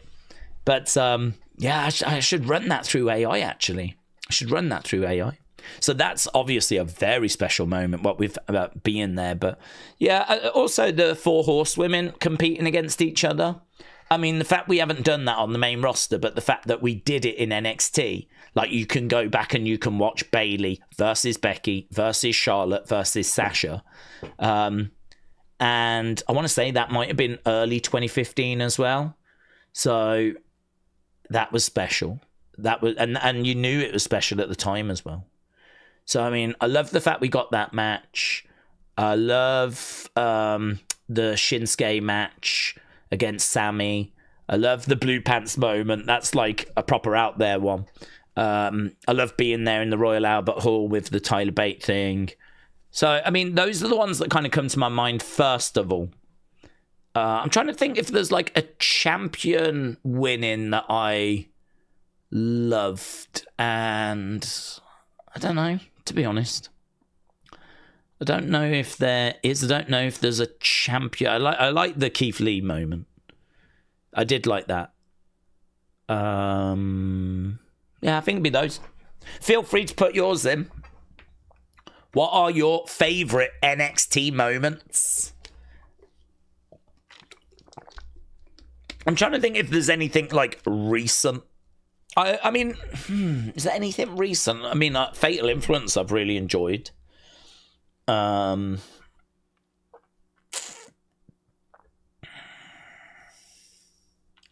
don't think there is. I mean, there's a lot of things that I've enjoyed, but I don't know that there's anything recent that I would necessarily put on that level, on that all-time level. I mean, seeing Kendall win the Iron Survivor was good. I'm not sure I'd say it was on my all-time level, but I was shocked that they went with her, and I was, you know, I was pleased that she won it.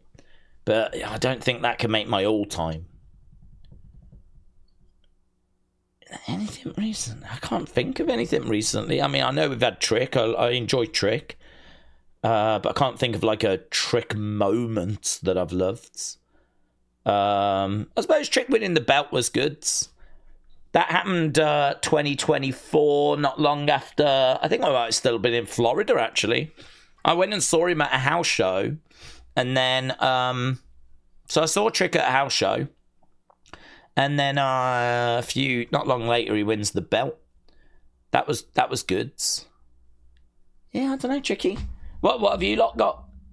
Gunther Bron was nice at Flame Fist. That one time that one guy did a thing, said Real Clockness.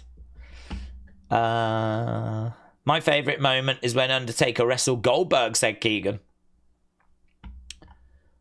My favourite moment is Drunk Dwayne, said TJF. Yeah, feel free to put your thoughts in. What's your favourite NXT moment? Tuna Fish said, Daze, WWE might be allowing content again and not striking it. All the Raw videos that I've seen on X are still up. Hopefully this is still the case. Don't know, it's been bad. It's been pretty bad, to be honest. You know, my Facebook account got deleted.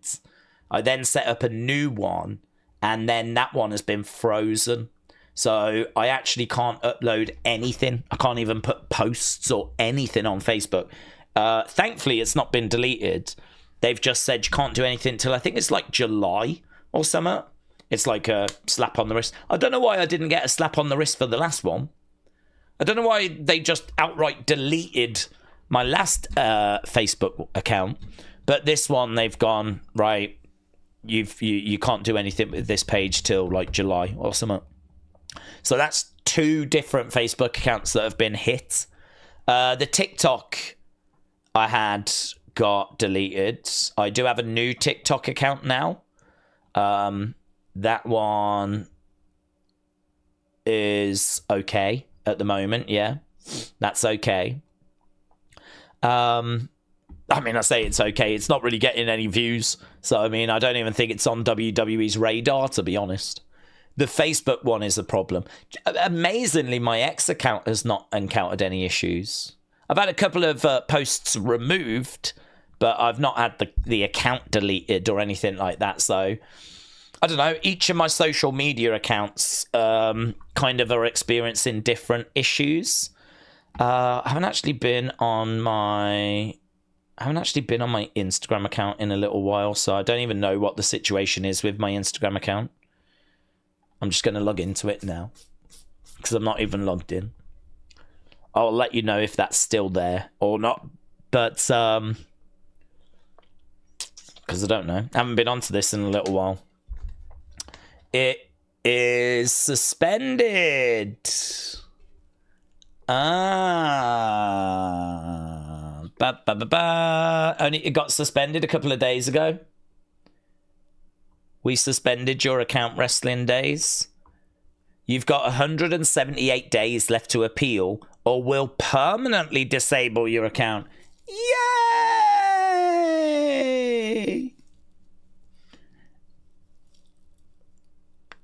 You have 178 days to appeal. We may need to collect some information from you to review your account. You can access a copy of what you've shared on Instagram. Why has this happened? Well, it's happened because your account or activity on it doesn't follow our terms of use. Oh. Well, there we go. I hadn't been on it for a little bit, so I don't know. To be honest, though, that says it got suspended on the 31st. So that is obviously before Raw, so I don't know.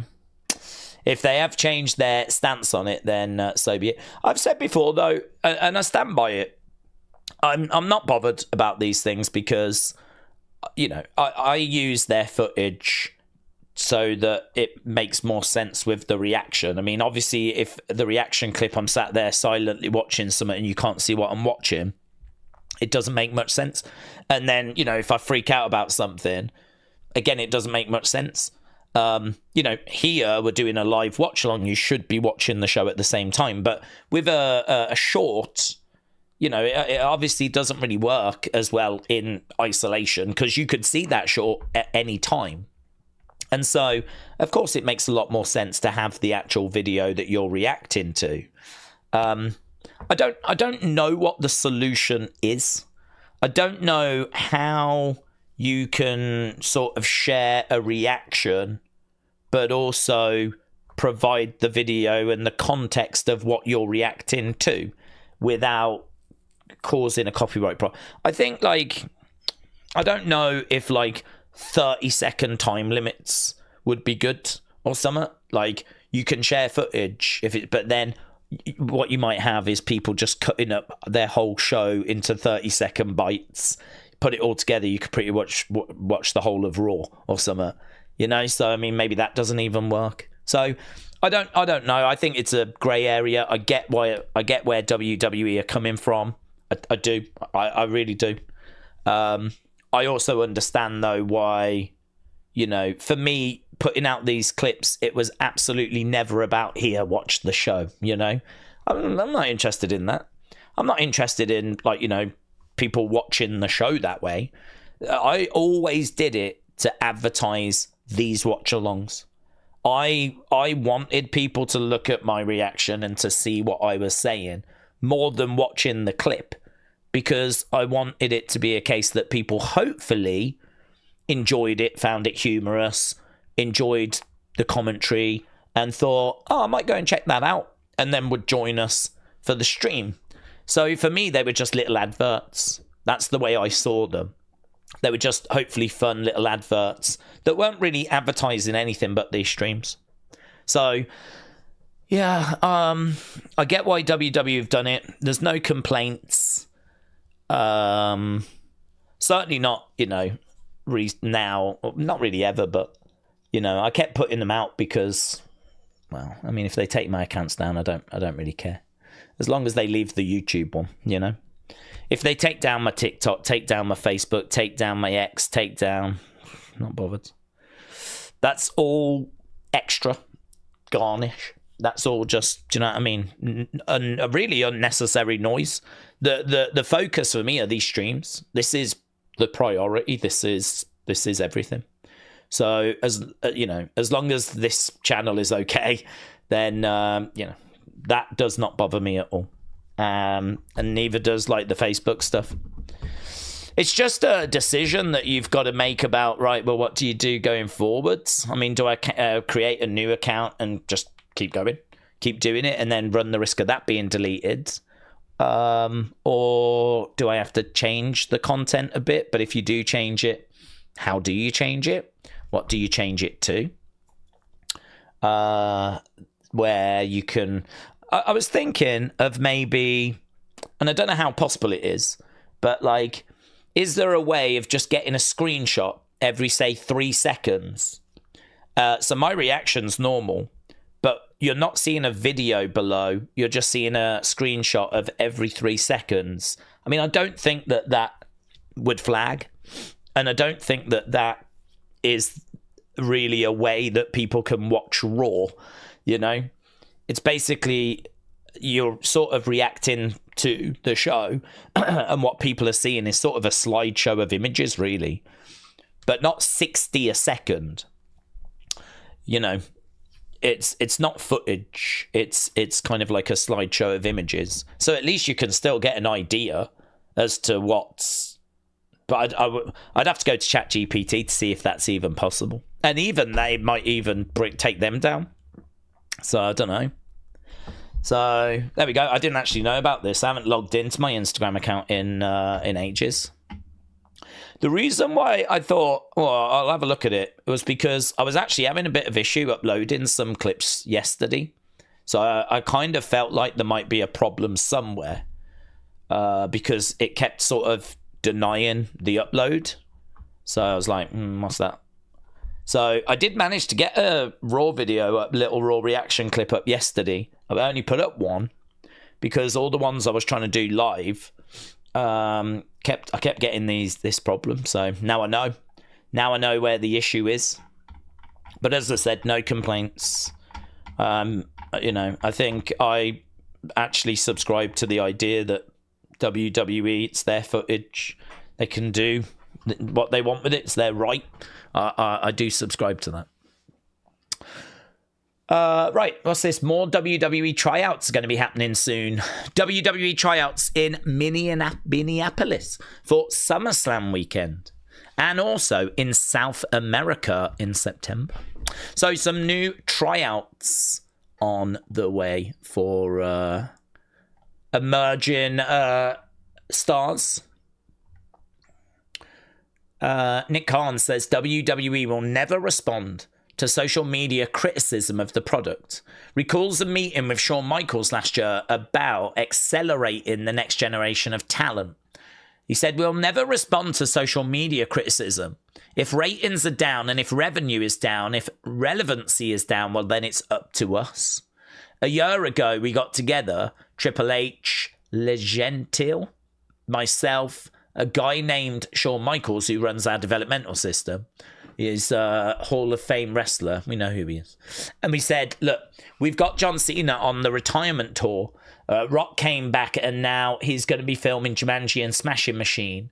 Our other big star, CM Punk's 46. We've got a number of guys who are 40 or over performing at the high level. We have got to accelerate the next generation of talent. What do we need to do to accelerate it? Shawn said we need to get them on the road so that they can get crowd response and live crowds. That's part of what makes wrestling unique. If you're getting cheered, great. If you're getting booed, great. If there's no response, terrible. Yeah? From the horse's mouth, right? Literally from the mouth of the CEO of the company. There you go. He's said what we all knew all along. any kind of noise is good. So if you hate Logan Paul, really hate him, you should stay quiet. Yeah? If you're getting cheered, great. If you're getting booed, great. If there's no response, terrible. You need that live crowd to figure that out, so we made an investment in that. I don't really get how the two things are connected. I might have to read that whole thing. How is that connected? He starts off by talking about how they're never going to pay attention to social media criticism, and then somehow moves on to, you know, accelerating young talent development. I mean, I think they've flipping lost their mind by putting the belts on people so quickly. You know, I'm not sure that that's, you know, the right thing to do, but maybe that's also part of this accelerating young talent strategy, you know. Perhaps that's something else they've decided they want to do. Don't know, that's interesting though. There's definitely a couple of things in that quote from Nick Khan that's interesting, so okay. Gods, look at this. We're really picking up a few things at the moment. We've that's been a big 10 minutes where we've kind of learnt a few stuff. We've learned that my Instagram is dead. We've learned there's going to be some tryouts for SummerSlam and in South America when they do those Mexico shows. That's September. And we've also got an interesting quote there from Nick Cole. Julia doesn't get a reaction. She isn't on TV much, though, said JoJo. Well, I mean, there's going to be understanding. There's going to be context, isn't there? If you're a fairly new performer and someone that WWE hasn't really invested in, they've not given you like a big juicy story to get your teeth into, and you're not really getting much of a reaction, I don't think that can be much of a surprise. I don't think you can really expect people to come up from NXT and just get reactions, you know? Obviously, JC has done a great job and Fatal Influence have done a great job. Oba has done a great job. Trick has done a great job. But I mean, that's not normal. That's not really what we've seen over the years, people coming up, and like it takes time to sort of get that connection.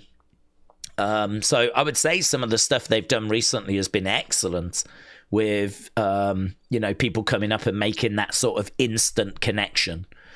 Look at Danhausen, you know, I mean, that's been incredible. But then, yeah, you know, you've got Kiana James, you've got Julia. I would say a little bit of Stephanie as well. I'd say that there are people that have come up that have sort of struggled to make that connection and struggled to get going. And but I think in context it's okay, because we're not talking about people that have been around for like 2-3 years that we've tried loads of stuff with. So I think hopefully WWE has obviously got is keeping that in context. I think if you're someone that we've tried a lot of stuff with and it's not working, yeah, then you're in trouble. But I think if you're still relatively new and I can't really sit here and say we've tried lots of stuff with you, then I would say it's a concern, but it's not something that I would be, you know, overly worried about.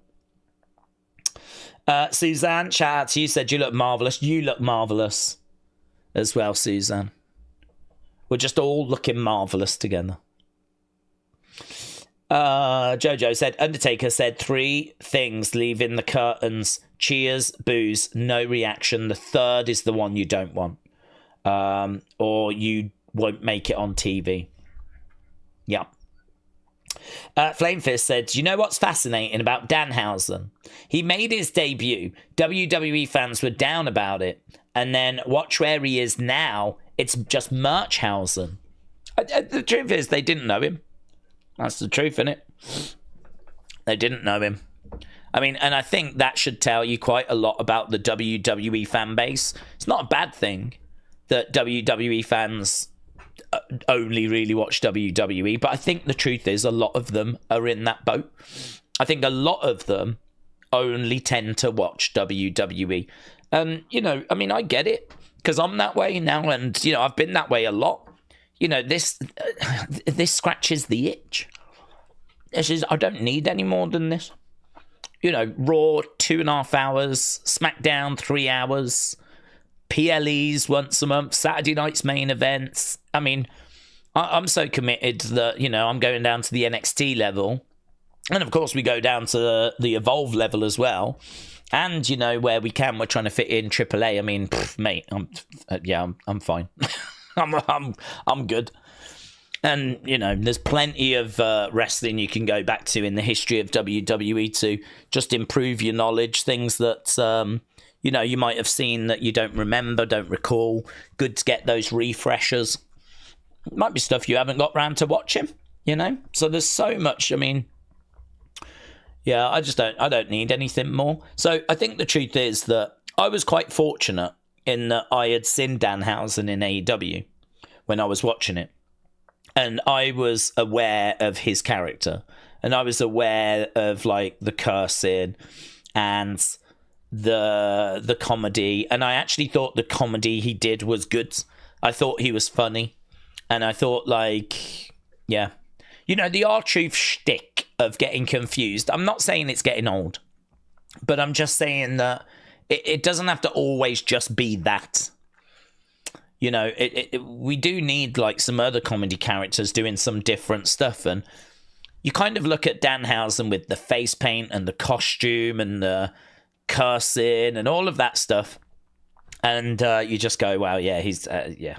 How does this not work in WWE? It just screams sports entertainment. I mean, it's just, it feels like it's made for WWE. So I was very confident that he would be, it would be working and it would be good. I didn't think it'd be this good. No way did I think it'd be this good. I'm not flipping Nostradamus, right? I haven't got a crystal ball. But if anyone was to say, do you think Danhausen would work in WWE? My answer would, of course, been yes. Why would it not? He's just comedy character like R-Truth is. But, he's kind of doing something a bit different. He's got a character. He's very sports entertainment. We've got a young demographic. There's a lot of kids that go to WWE. And a lot of us get into WWE as kids.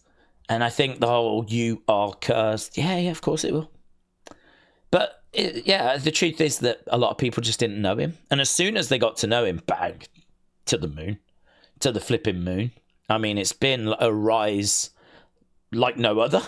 I mean, it's been absolutely incredible to watch. The amount of money that he's generating, I'd imagine he is like the talk of the town. I mean, he's got to be in the running for Superstar of the Year, along with like an Oba and maybe a Trick.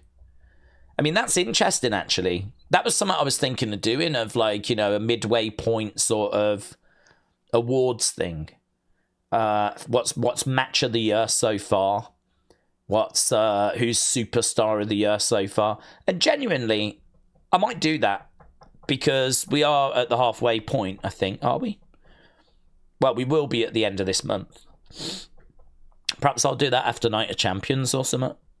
But I think that could be quite fun to sort of halfway in the year, what's been the best match, what's been the best moment, blah, blah, blah. And I think like Danhausen, I would totally expect Danhausen to get mentions for Superstar of the Year. I think Oba would probably win it. But I think Danhausen would definitely get votes. And deservedly so. Big Time said, the end of June, we've got Night of Champions, Forbidden Door, Slammiversary, Great American Bash, all jam-packed the same weekend. NXT PLE debut on CW to potentially bomb against an AEW pay-per-view. I don't know. I don't know. The only thing I can say is I'll be watching Great American Bash and Night of Champions. And, I mean, if they have put Great American Bash up against an AEW pay-per-view, then they've probably done that to try and hurt the buy rate for the AEW show and the engagement with that, which is a tactic they've used before. And, is something they probably believe is still beneficial. I don't know that it works for them. I don't know that it's a good thing to do. They must believe that it is, because, I mean, it happens so often that it's not just coincidence, is it? I mean, you'd have to be pretty naive to go every time we put a show on at the same weekend as AEW, it's just coincidence. I think we all know that there's definitely more to it than that. So I don't know that that's the right move for them to do. But if they've done it, then, well, they must believe that it's the right thing to do. Okay. We are about to go over to NXT. Should there be concern for Dragunov, Joe Hendry, Jordan Grace, Gargano, Ricky Saints? No. Not Ricky Saints. Not Jordan Grace. Not Joe Hendry. They're all new. So all of them are just trying to find their feet, and that's absolutely fine. I think Ilya is a bit of a head-scratcher that we've not done anything with him, but quite often you'll see people that just there's nothing for them creatively, and so they just, take a step away. I mean, we saw that with Street Profits. We've seen it with Rusev. We've seen it with a few people where they just kind of, have a week off, have a period off, have a bit of time off. As I mean, look at Randy right now. He's having some time off. CM Punk's having some time off. There's no issue there. It's just they're having a bit of time off. And I think Ilya, I'm hoping Ilya is just in that spot where he's just having a bit of, a bit of time at the moment before we kind of bring him back and do something significant with him. So in that list, Ilya would be the one that would concern me the most, because the others have not been on the main roster that long. But I'm not worried about Ilya.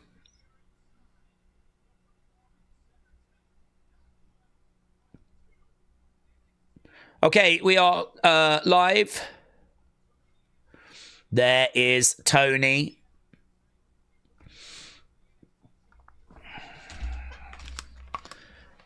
Okay, and there is Cam Hendrix. Okay, right, we are live. We are underway with the show. NXT, NXT, NXT.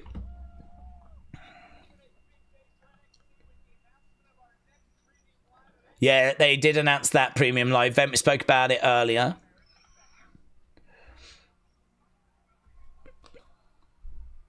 Okay, here's Zaria.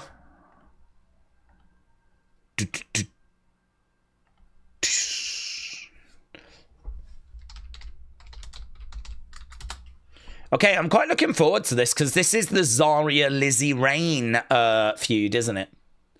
We do have a Wrestle Feuds questionnaire for you. We do this every week. I forgot to drop it in earlier. The questions this week, whilst Zaria's making her way down. Questions this week. Who is the best WWE wrestler to just win a world title once? So they only ever had one world title reign. Who do you think is the best wrestler that only ever got that one world title reign? You might need to have a look on Wikipedia or something just to refresh your memory about who it was that only had one world title reign. But there's a few. If you look at the Universal Championship, WWE Championship, the current World Heavyweight Championship, the old big gold World Heavyweight Championship, there's a few that over the years that have only ever had one world title reign. What match do you think should main event SummerSlam Night 2? If you could pick a match to main event Night 2 of SummerSlam, what would it be? Here's Lizzy Reign. What current wrestler desperately needs new music? What current wrestler desperately needs new music? And then the final one is, what is the saddest title match loss? So, who lost the title match, whether they were the champ or the challenger? Who lost the title match? And it was really sad to see them lose. Perhaps they were a challenger and you wanted them to win it. Perhaps they were a champion and you were gutted when they lost it. What's the saddest title match loss? What was heartbreaking, disappointing? Really sad they lost the belt. Really sad that the challenger never won it. That's a tough one, that is. I think there's a lot that you could actually pick for that. But it's funny, when I say that question out loud, there are definitely a couple of things that come to mind straight away. Straight away, I can think of 4 that come to mind. So those are the questions. Get your feedback in. You click the link and it just takes you to a Google form. You can answer the questions. Both women have made their way down. We are underway with Zaria versus Lizzy Rain. Zaria versus Lizzy Rain. Live right now on NXT. Okay, Lizzy Rain with a single leg drop kick there as Zaria goes back. Shots coming into the midsection by Lizzy. Lizzy goes down. Zaria coming over. She grabs Lizzy. Lizzy goes to the outsides. To the outside. She rolls back in the ring. Picked up. Lizzy lands on her feet. Okay, Lizzy goes down. To the outside goes Lizzy, and knee to the side of the head there. Fast pace to this match already. As Lizzy goes up, over, lands on her feet, against the ropes. Okay, head scissors take over. A little bit of a miscommunication there, maybe, for a second. Chop there by Lizzy. Tries to throw. Yeah, there we go. Chop comes in. Okay. Zaria grabs Lizzy, hurls her into the corner. Oh, lovely. Step up enziguri there by Lizzy. Little bit similar that to her Thunderstruck move, actually. Lizzy Rain. Lizzy Rain. Lizzy Rain. Another big chop there by Lizzy. Okay, once we get to commercial break, I need to get a couple of these super chats, things like that. We'll do that in a second. Shots coming in by Zaria. She's clubbing away on Lizzy. She's trying to kick out here. Up goes up. Bang! Crashing down. Zaria in control. Stomp there by Zaria. She just missed Lizzy momentarily. Lizzy just rolling. Over in the corner. Lizzy goes down. So Zaria very much in control. Yeah, that was a wild landing. Bang into the corner. Down she goes.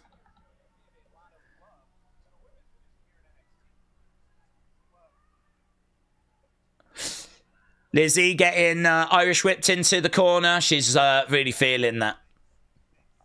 Oh, here comes Tate and Paxley coming down. So Zaria is controlling this match. Tate and Paxley has made her way down.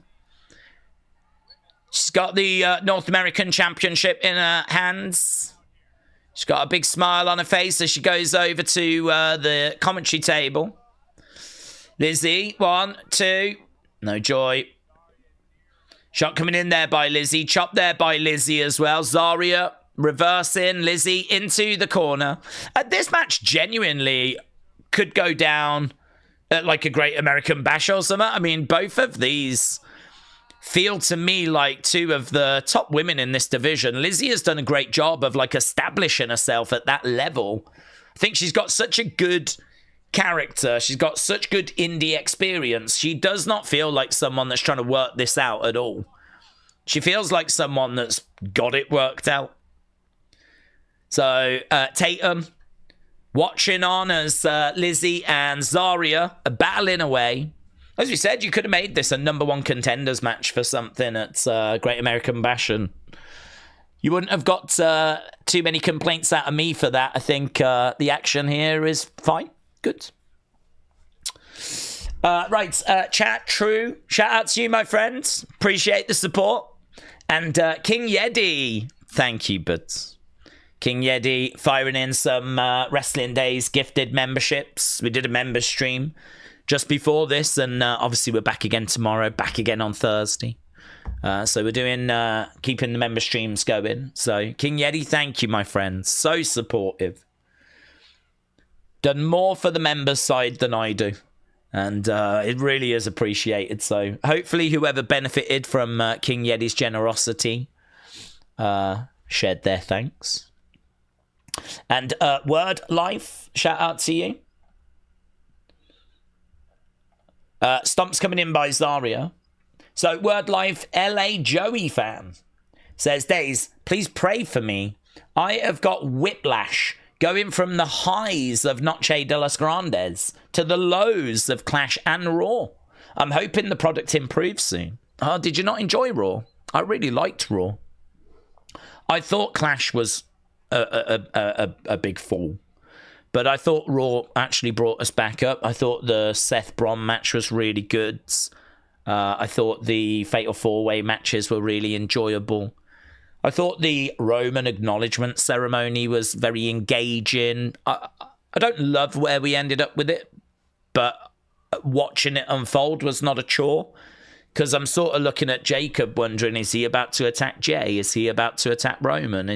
Even as they were walking away, I wondered if he was going to murk them. And hearing him, like, be an honourable man and sort of say, like, you know, I acknowledge you and kind of go down. Do you know, it felt very Japanese.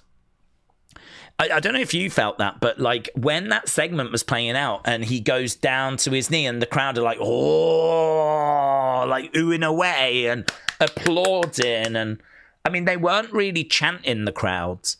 They were more... In certain moments, and they were at times, but in that moment, they were like watching it unfolds. And when he goes down to his knee, they're like, reacting like that, like in shock, and then applauding.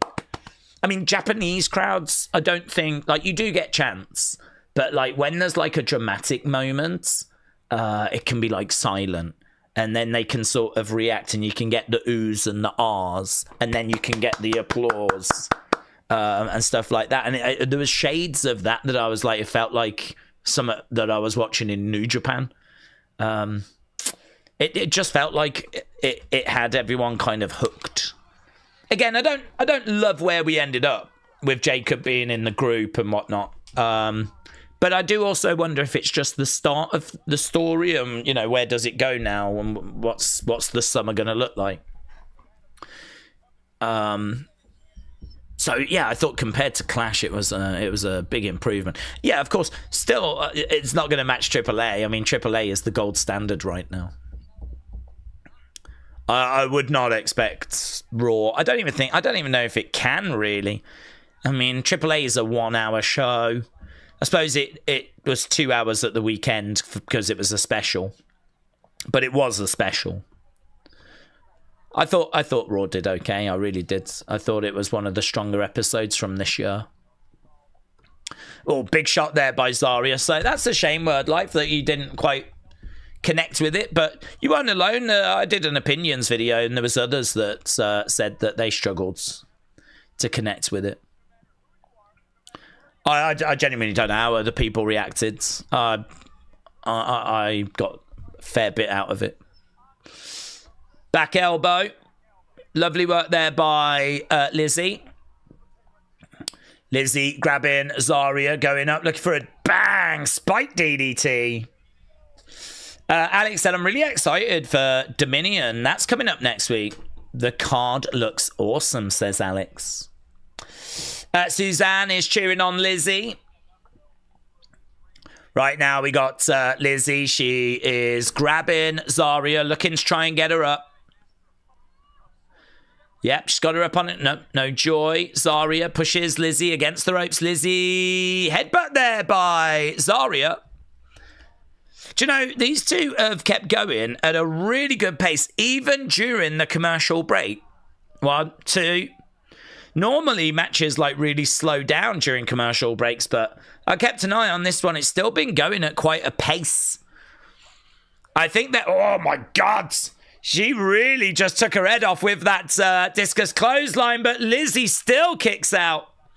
And Zaria can't quite understand it. But yeah, that was I like how Lizzy is like gasping for air. She should be gasping for air. That was a pretty brutal shot. We got some loud Lizzy Rain chants. Zaria again grabbing Lizzy. Talking, looking over at Tatum. I have no idea what she just said, but she just yelled summer. Lovely, into a cutter. Picks her up. Lizzy Rain with Zaria on the shoulders. Bang! Lovely. 1, 2. Like a Samoan drop there by Lizzy. Kick coming in by Lizzy. Zaria is rocked. She goes off that middle rope. Ah, that was dumb. Into a German. Into a spear. This could be the beginning of the end. Zaria has got her up on her shoulders. The F5. I don't know if Zaria has a different name for that. But Zaria picks up the victory. Da-na-na-na-na.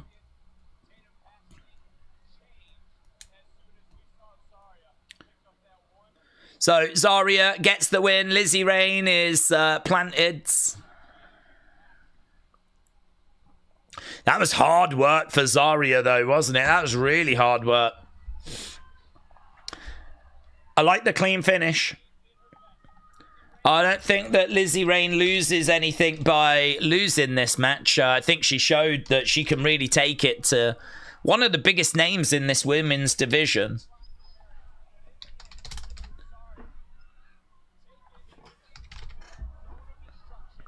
Zone. No, they do call it an F5. Zone, taking her to the zone of destruction by hitting that big F5. She's going to pick her up again. No. Tatum's in.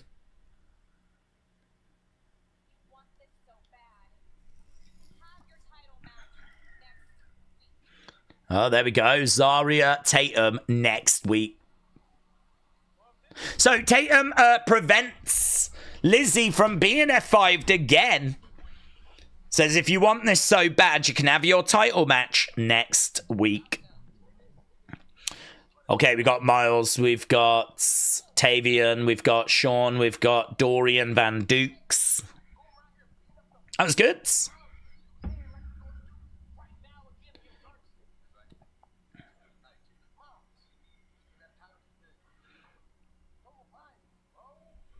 Okay, a little bit of tension still between them two. Nico, Sean, bit of tension here as well. Here's Izzy.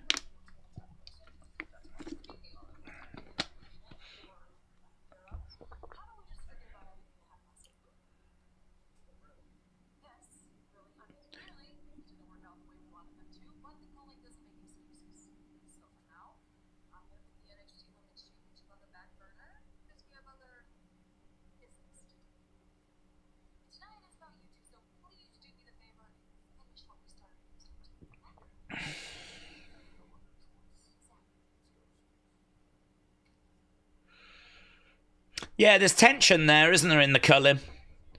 It's definitely tension. DarkState are coming out now. Here we go. Dun dun dun dun dun dun dun dun dun dun dun dun dun dun dun. Here we go.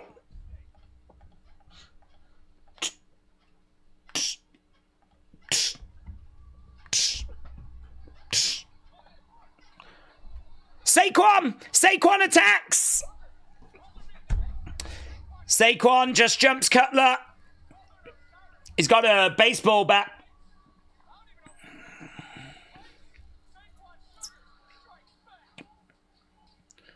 Okay. Well, it's only Cutler. Don't matter, does it? Alright, do the match. That's what I say. Restaurant said, I'm with you, Mank. Zaria has Dat on the sidelines, losing long enough. I'm ready for a singles push. Okay, I'm guessing we're going to do the match. So, I'll get ahead of it there. DarkState is automatic mute, says Robbie. Love the old school history posters in the background, said Shining Wizards. Robbie said it's everyone's favourite promo. It's Izzy Dame. Love the bearded. Hello. Hope you're doing well. King Yeti said fart state. Fart state. Here we go. Nice. That's not their actual names. They're getting attacked. They're getting attacked. They're getting murked. Saquon Sugars. I think we knew that he was gonna get revenge. I didn't expect it to come so soon, but I suppose that's the best attack, innit? To be honest, if we did the match as soon as the match ended, I think we'd all be looking and keeping an eye out in case he'd be coming down and getting involved. But actually doing it before the match even gets going, that's a real surprise. So, yeah, fair enough. I'm guessing they'll still go ahead with the match. I'm guessing. But DarkState have obviously got a Saquon problem. Surely they knew they would have. Surely they knew that he wasn't just going to go away. I don't know how we're going to deal with that. I mean, is it a case that it's going to be Saquon versus Dion? Perhaps Saquon Dion inside a cage to keep the other members of DarkState out. If Saquon wins, DarkState agree they're going to leave him alone, although can you believe that'll be true? And maybe if Dion wins, Saquon has to leave NXT or something like that. I don't know. I'm not sure. Or does Saquon get a couple of people to help him, like a tag team for a 6-man? I'm sure you could do that in the build, couldn't you? I could see Saquon with Hank and Tank or something taking on DarkState in a 6-man. That's definitely an option. I don't feel like that's Great American Bash worthy though. Well, we'll find out. Saquon killed Cutler, said Alex. Suzanne said some of us are ahead of you. What do you mean, just mentally? Just mentally ahead. I can believe that. Robbie said DarkState are definitely a top 5 lamest group ever. The trailer for Masters of the Universe. Good grief, said Suzanne. DarkState deserves better, says King Callum. King Callum is a DarkState head, and that's okay. I think that Osiris is an interesting big man. Dion, I think, is an interesting performer. I'm not sold on Cutler. Saquon's good mouthpiece. The ingredients are not bad. It's just collectively, I'm not sure that the group has really landed with people. So I think it gives off maybe Retribution vibes for many. But yeah, if you're a DarkState head, you're a DarkState fan, fair play. We are at commercial break right now. We're already 22 minutes in, so I mean, we're getting working our way through this show. Get your votes in for that first match. We'll get the score for that in a second. We're just back from commercial break. Just promoting Triple Mania. Boring state, said Suzanne. Sleepy state, said Word Life Cena fan. Mind state, said Boomers. Is there anything that's grabbing you with NXT outside a handful of women? Says Big Time. Well, I mean, I'm interested to see how people evolve and develop. So, I mean, I'm interested to see what we do with Keanu Carver. I think he's an interesting big man. Not massively, no. I think it's the women that are carrying. I suppose I'm interested to see what we're going to do with Naraku. I think Naraku is interesting to me because of, you know, him. I didn't expect to see him in WWE. So I think I'd like to see him and Tony. So definitely that. Definitely Keanu, I'm interested in. I mean, I'm interested in Vanity Project in the sense of I think Swipe Right are a good tag team. Jackson Drake, I think, will be someone for the future, but I don't know. I can't say that, like, I'm desperate to see, like, Jackson Drake matches right now.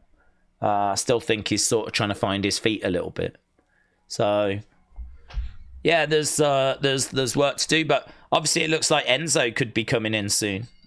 That'll be interesting. OTM. OTM. Okay, so it looks like we're not getting DarkState.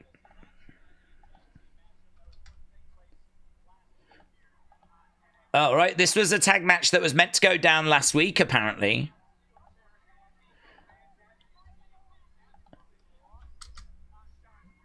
So is this the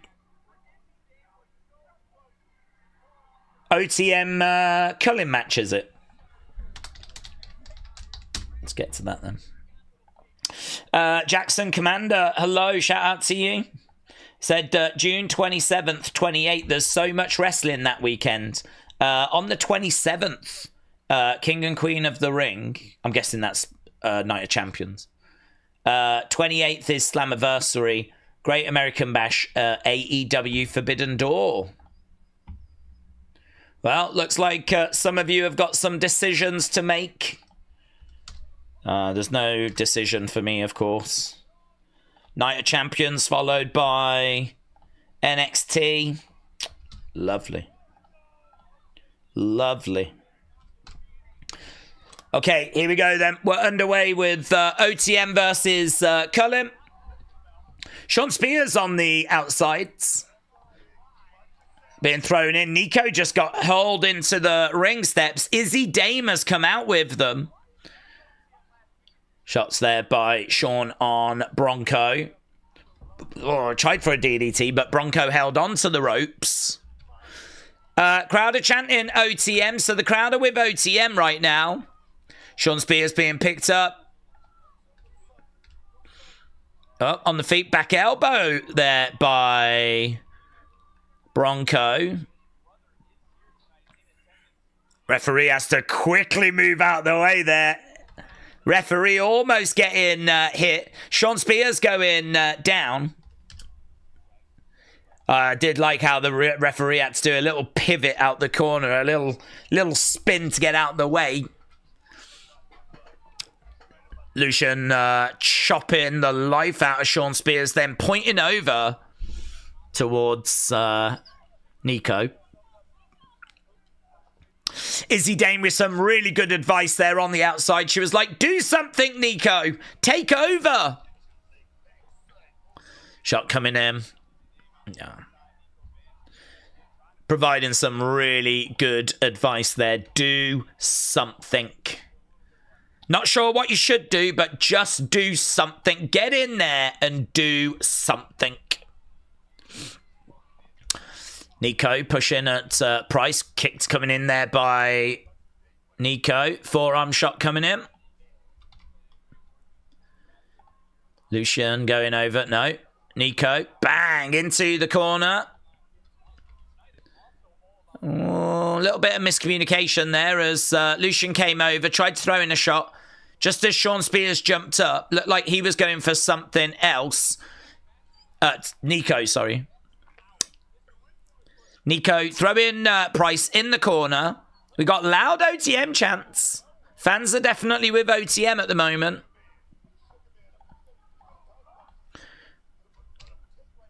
Against the ropes. Clothesline there by Price.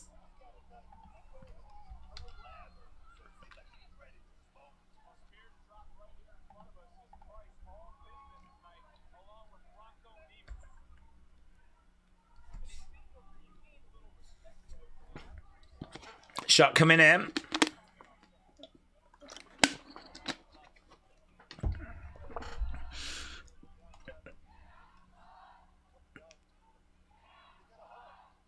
Big boot there to the outsides. Big boot by Nico. He jumps out.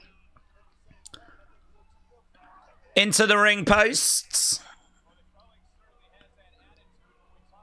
Goes Lucian by Nico. I was just trying to listen to the fans there. They were like doing their own chant.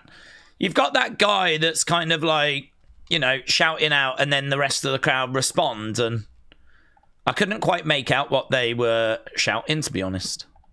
I think they've got their own kind of chant on the go. Alex said, I'm watching Night of Champions, Slammiversary, Forbidden Door. I'll probably watch Great American Bash on Monday. It's going to be an insanely busy weekend that week, says Alex. Let's go OTM, says Garrett. Opala, hello. It's lovely. There's enough wrestling with Night of Champions and NXT. Great American Bash, said Flame Fist. Great American Bash will be better than Night of Champions, said Robbie. Jojo, shout out to you, buds. Okay, we've gone to commercial break again. We hadn't long just come out of a commercial break, but we're back in commercial break as right now Sean Spears in control against Lucian. Lucian trying to get up. I think the problem with the tag division is just cold, isn't it? Because it's very stop-start.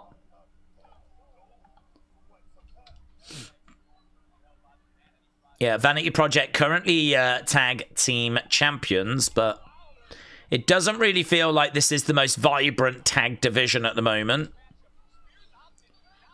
But obviously, matches like this will help as we get to see OTM and the Cullen on a hopefully regular basis. Knee coming in. OTM are good. I mean, they could be really good tag champs, OTM. Do you know what I mean? They got a really good look. They're really credible. They're getting really good reactions. Like, OTM, low-key, probably deserve a lot more respect than what we show them.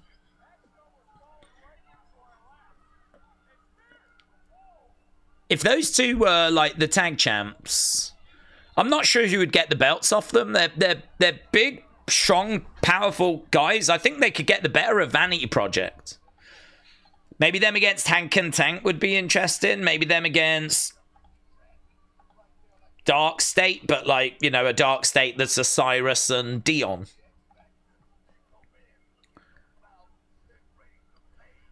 Nico on the outsides. Grabbing Bronco is going up top.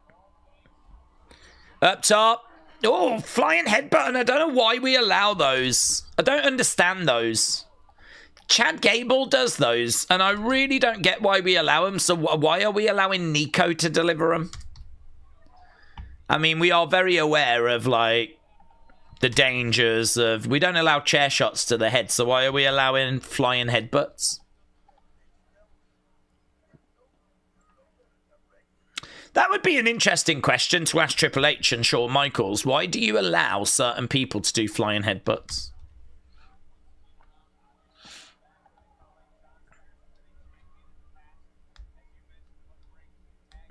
I don't know if I've seen him do it before as well. So, I mean, is that something new that he's doing now?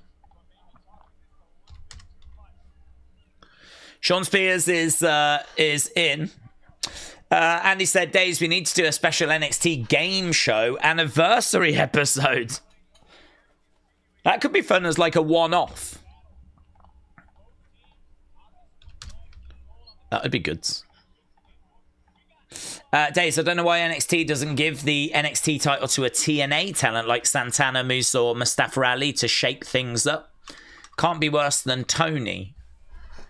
Yeah, I don't know why they don't do it either, to be honest.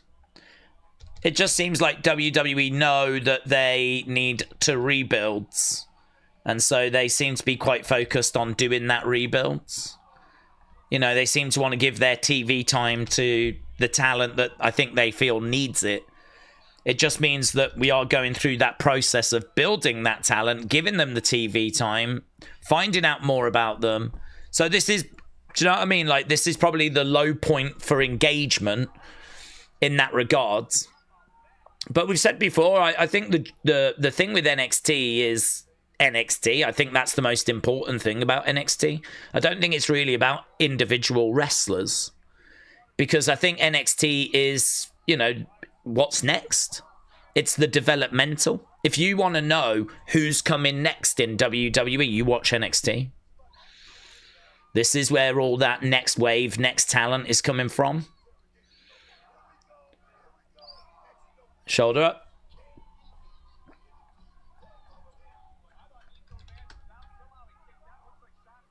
Sean Spears in the ring. Nico in the ring. Headbutt there by Nico. Bang. Down he goes. In control. Tag being made.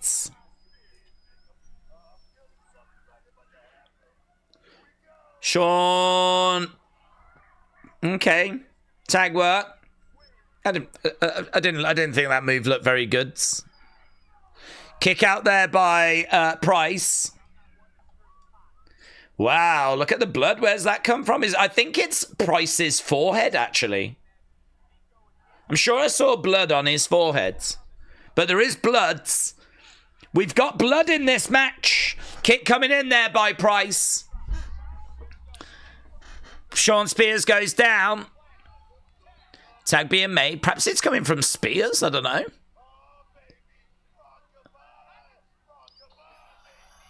Drives him down, going for the cover one.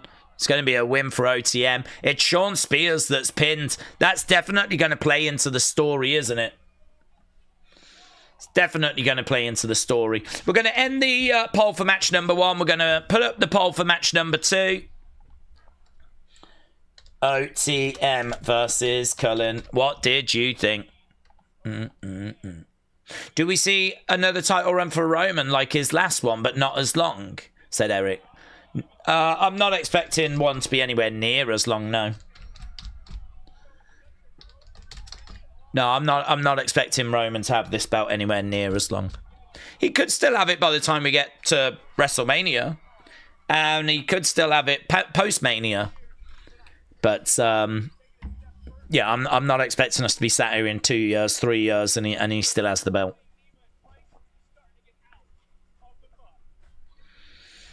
That was a good line. Bronco and Nima are starting to get out of the muds. Okay, we got Tate Wilder.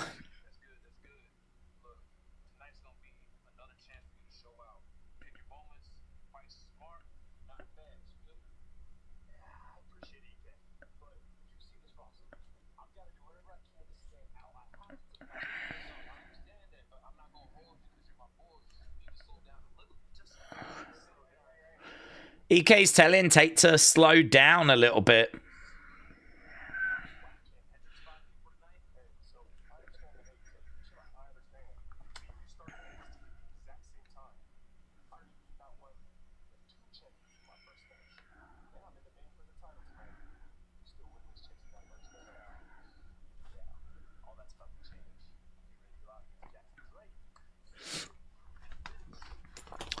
Okay, Jackson Drake against Tate Wilder.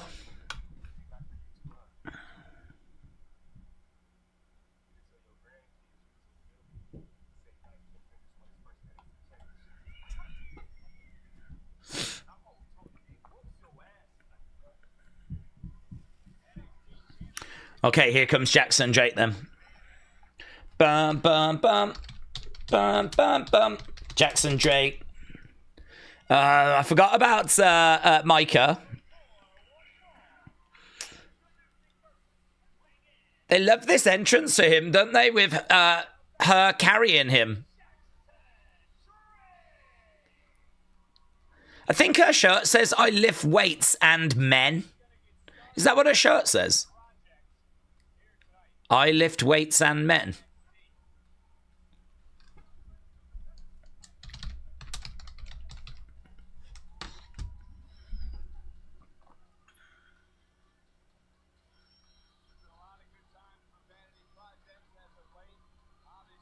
Yeah.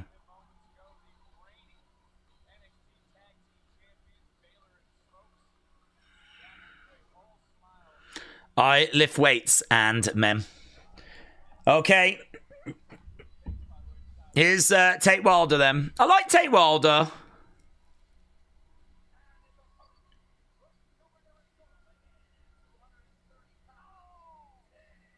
Okay, I feel like we've changed the music, we've changed the graphics.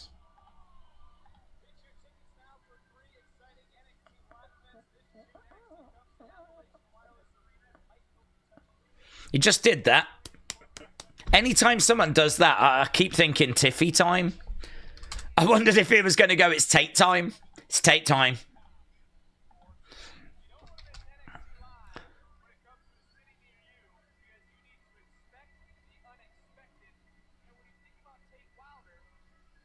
Okay, Tate Wilder stands on the corner. Throws out his arms. Jackson Drake. Oh, I'm loving that facial expression from Jackson. They say make the most of your minutes. Well, I mean, in a few seconds there, he just provided the internet with a wonderful meme, and he knows it as well. He knows the way he just looked at the camera then. Just stared at the camera. Oh, he knows. He knows what he's doing. He's got his head screwed on, this guy.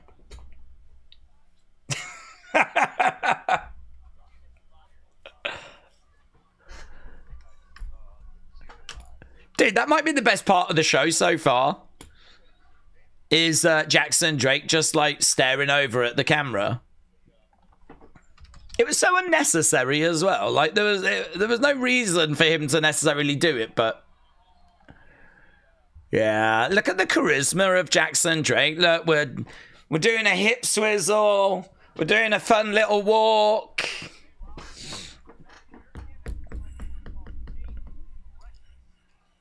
It's so good because, like, you know, this kind of match, like two guys we don't know, what you tend to find with this kind of talent, what you tend to find with this kind of talent is both go out there just trying to show, like, the moves they can do, trying to prove that they're good.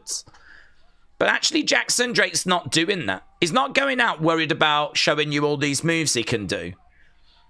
He's more interested in getting his personality across, and that's really good.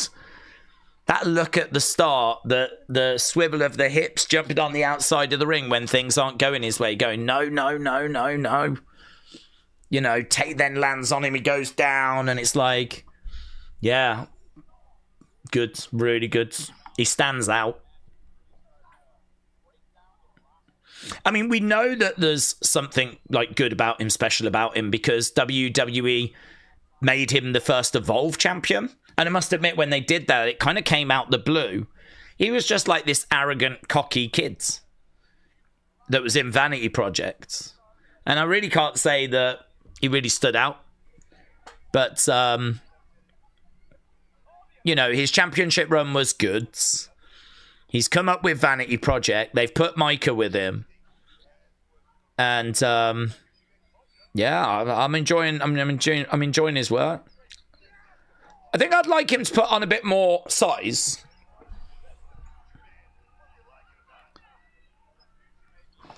That's the future, man. Tate Wilder has an extreme feel of like Hardy Boys, says Mr. B Light.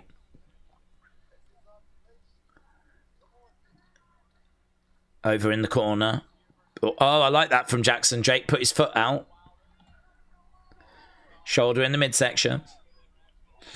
Has anyone messaged Cam about losing his girl Maxine to Theory? I don't. I would imagine someone has. You know what the internet's like.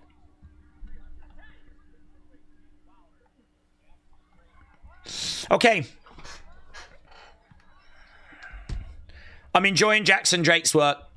And actually, do you know what? We're nearly 45 minutes into this show, and I must admit, it's not been a mind-blowing show at all. I did enjoy Zaria, Lizzy. You lot said that was good 96, which is fine. And we're getting scores for the second match. I'm enjoying Jackson's work here.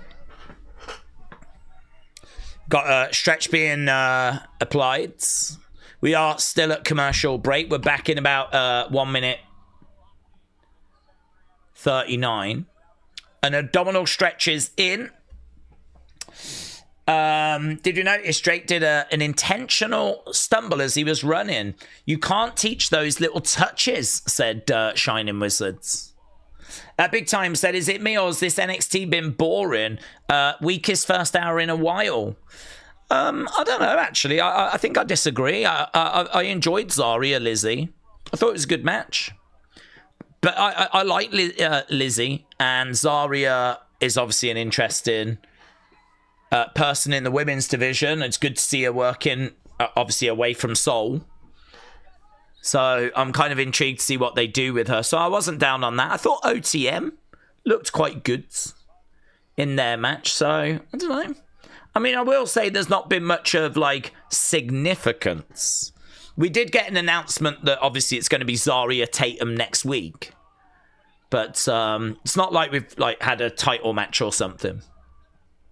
But I don't know. I can't say it's been like the weakest first hour. I actually think that we've got to the 45-minute mark quite comfortably. And now I'm enjoying Jackson's work right now. Jackson, boot there by Tate. Knee to the midsection there by Jackson. Against rope to goes Tate is coming back off. Crossbody. They kind of crossbody each other there momentarily.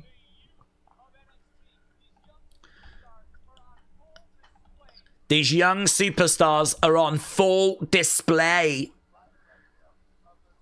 right now, says Vic. Okay, shot coming in. Shot coming back. They're on the edge of the ring, exchanging blows at the moment. Forearm there by Jackson. Top rope Inzaguri there by Tate. Oh, that was sick. That was nice by Jackson. He turned his back, grabbed the rope, managed to go over and do like a Pele kick on the outside. That was nice. That was nice. He grabbed the rope, he had his back turned, and he jumped and was able to kind of do like a Pele kick on the outside of the ring. 1, 2, Tate.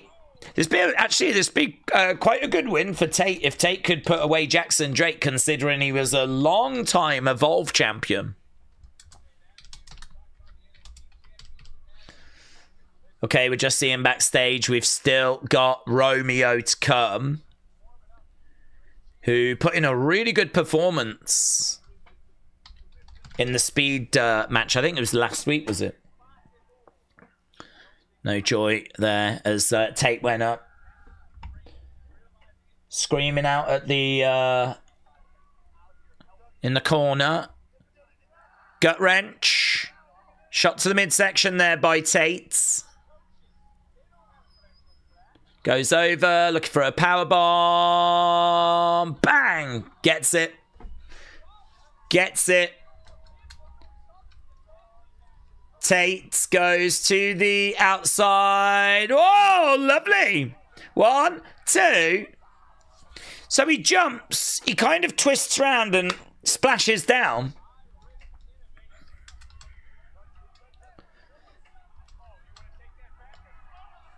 Ricky Smokes jumped up on the edge of the ring. Now Brad Baylor jumps up on the edge of the ring. Brad Baylor is down. Jackson Drake goes to the outside. Tate Wilder really working at a good pace. Micah grabs. Micah has got Tate into the ring posts. She's and into the edge of the ring. She rolls him in. Jackson's on the outside. He's going up. Jackson can finish this now. Loads of outside interference. It's going to give Jackson the win. 2, 3. Yeah, good. Fine. I thought they worked at a good pace. You could have counted to 100 on that one, says Vic. Bum, bum, bum. Bum, Vanity Projects, pick up the sweet dub. OTM Cullen, good 97. So good 96, good 97. Obviously, it would be good to get a great match in there. But a couple of high-end good matches so far. Jackson versus Tate. What did you think about that? Let's get the score up. Boom, boom, boom. I like that Pele kick that was on the outside of the ring. That will look good. Send Brad to detention, says David. Shining Wizard said, I really enjoyed that. Okay, we're backstage. Oh, this Emily Agard has found her way into the building. That's good. A PLE on the CW network. Oh, it's loads of stuff planned. It's going to be stacked. I wonder if that's where we're going to get Takahashi or Enzo. Do you reckon one of them's going to arrive? I'm telling you, man, that miss that at your peril. Is this Jasper Troy? Jasper Troy's here. Jasper Troy in the house. Whoa, chair shot to the back. Who was that?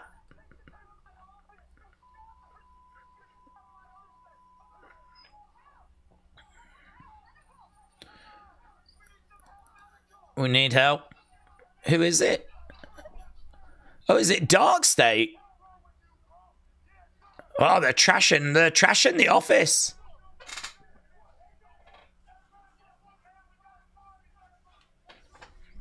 Wow.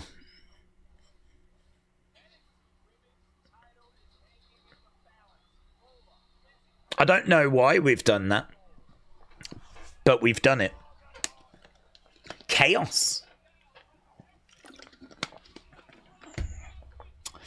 Robbie said still mid.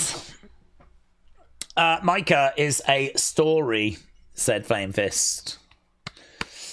Drake got nice rotation on that 450.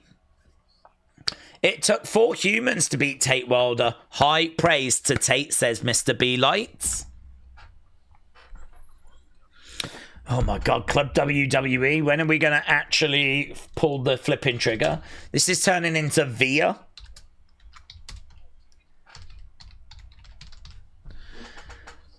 Join the waitlist now. When are you going to do? When are you going to actually launch it?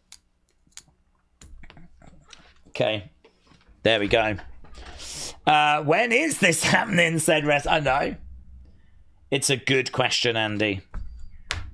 It's a good question. I honestly do not have the answer. Do we think Jackson Drake will be NXT champ one day? Oh, I think he's definitely in contention, yes. I think he's definitely in contention.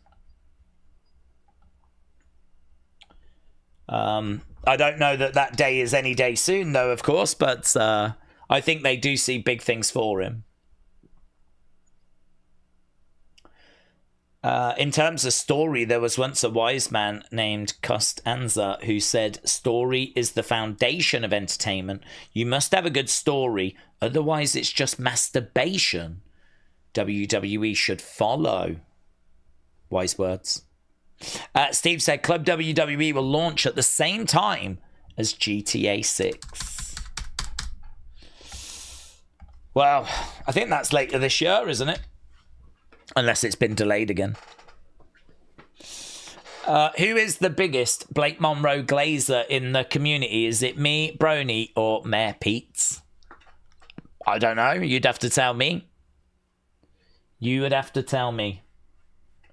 Is that a thing? Is that a prize? Is that something? Is that a badge of honor? Via coming soon, said Boomers. That was a joke, wasn't it? How long they stretched that out for? That was a joke.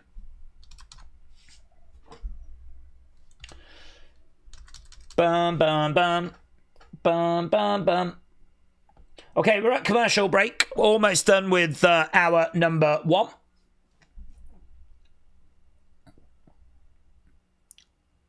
Let's go. Bum, bum, bum. Bum, bum, bum, bum, bum. Daze Club WWE could launch around SummerSlam since it was not launched at Mania. Yes, it could do. It could do, you are correct. They could launch it around Night of Champions. What a badge to proudly wear. The biggest Blake Gooner. Mosey said, I miss Gunther's lips. Mosey. I don't think there's much doubt as to who the biggest Gunther Gooner is. You're the biggest Gunther Gooner. And I think that is a badge of honor for you. I think that definitely is a prize that you were searching for. Big Time said, I'm not going to lie, but I would take SmackDown over NXT. No way. No way. You've been drinking. No way. SmackDown is atrocious. I don't think this show is that bad at the moment. I don't think this is that bad. As I said, I thought Lizzy versus Zaria was pretty good. Community scored it good 96. OTM, I think, have got real potential. I think they got good size to them. Crowd were, chanting OTM. They were behind them. I mean, I think the crowd helped. They're certainly not sat on their hands. But like OTM, I think it put the belts on them. You've got like quite a big, good-looking team that, the rest of the division might be flat, but they're a good aspect to it. They're a good part to it. They pick up the win. We're obviously teasing some issues with the culling. And then we just got a pretty fun match with Jackson and Tate Wilder. I mean, 2 young emerging talents, but 2 talents that look quite promising. I mean, I've already got more from this than I do from a normal episode of SmackDown. So, yeah, I don't know, man. If you think this is worse than SmackDown, maybe NXT just ain't for you right now. Because I can't imagine worse than SmackDown. That's about as bad as things can get. Here's Lola. Okay, Lola's made her way down. See what she's got to say. There was a few women circling around.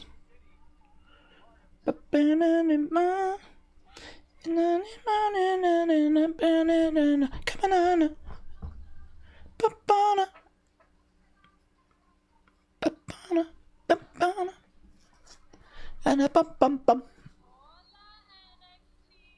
Hola.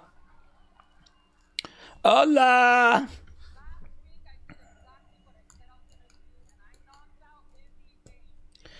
I knocked out Izzy Dame last week.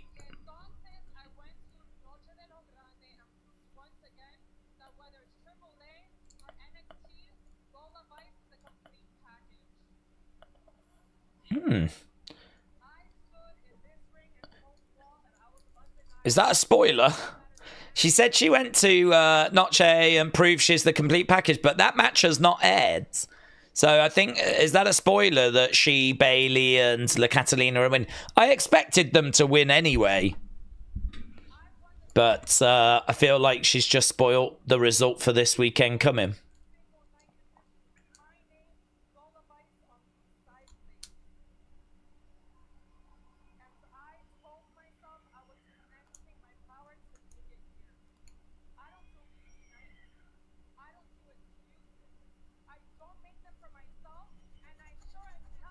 Shawn Michaels has just screwed The Undertaker. He has just screwed over The Undertaker. This is just like back in the day when WCW would put the results out for Raw. Right now, we've got people on NXT giving out results for the AAA show that's not aired yet.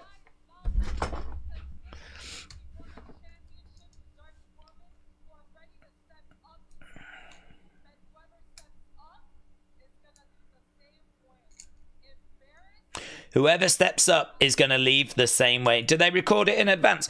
They tend to do a live showing, I believe, and then they record a couple of weeks' episodes after. So I believe the Mask versus Mask was live, but then I think once that ended, they did record like the next week's show.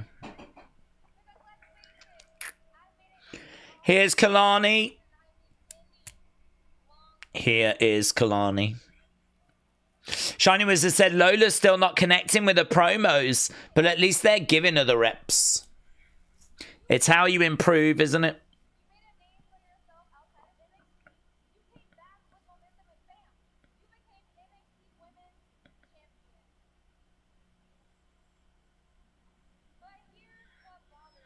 Here's what bothers me. Our stories aren't that different.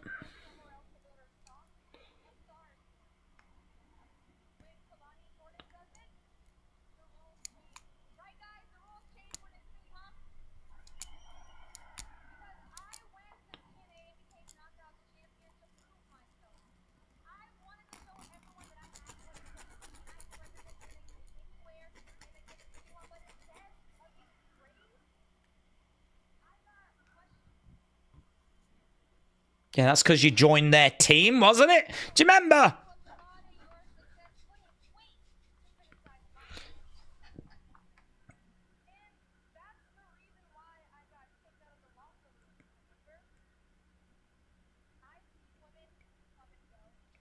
You got kicked out because you're a douche. Mess her up, Lola. Mess her up.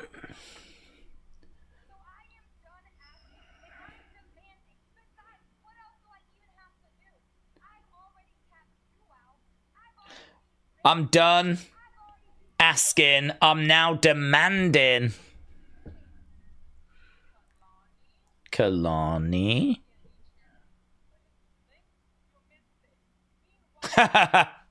You were TNA champ, but if you blinked, you missed it. Okay, here's Kendall. Kenzo. Kenzo. Here's Kenzo. Hold on, hold on, hold on.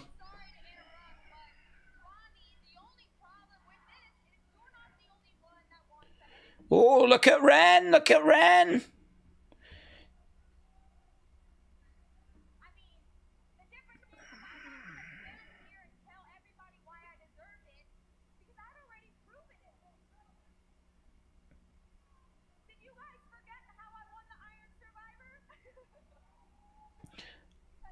I'm not buying the injury. It could be real, but I'm not buying it.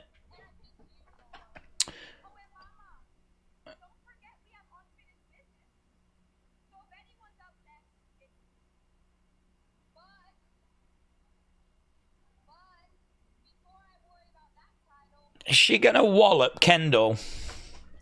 Maybe not this week.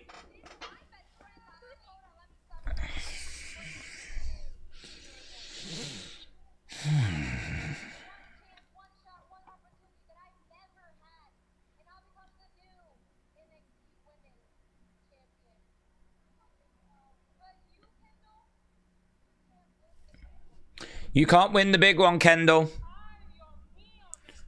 Okay, we've got Lola stepping in.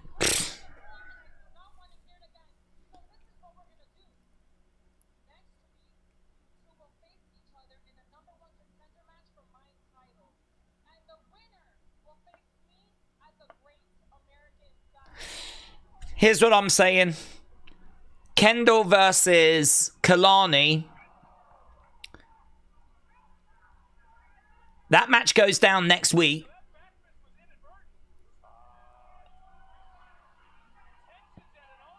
Does Ren turn on Kendall? Cracker with that crutch. Costa the match. Kalani goes on to face Lola. We get Kendall Ren at Great American Bash. That's where my head's at. That's where my head's at. She could legit be injured. She could legit be injured.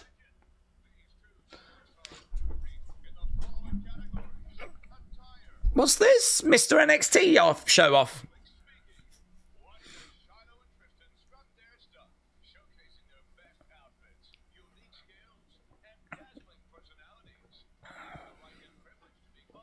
Mr. NXT. You, the WWE fans, will pick the winner. Mr. NXT. Okay, what's that next week?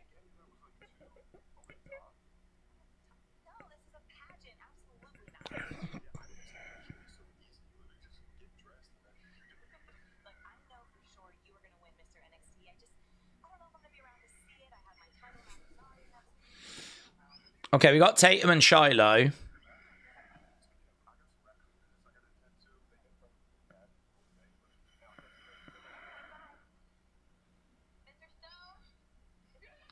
Oh, Zaria attacks Tatum. Picks her up. Boom! Well, she held her good then. Your days as champion are number. Shiloh's come back. No, she doesn't look okay.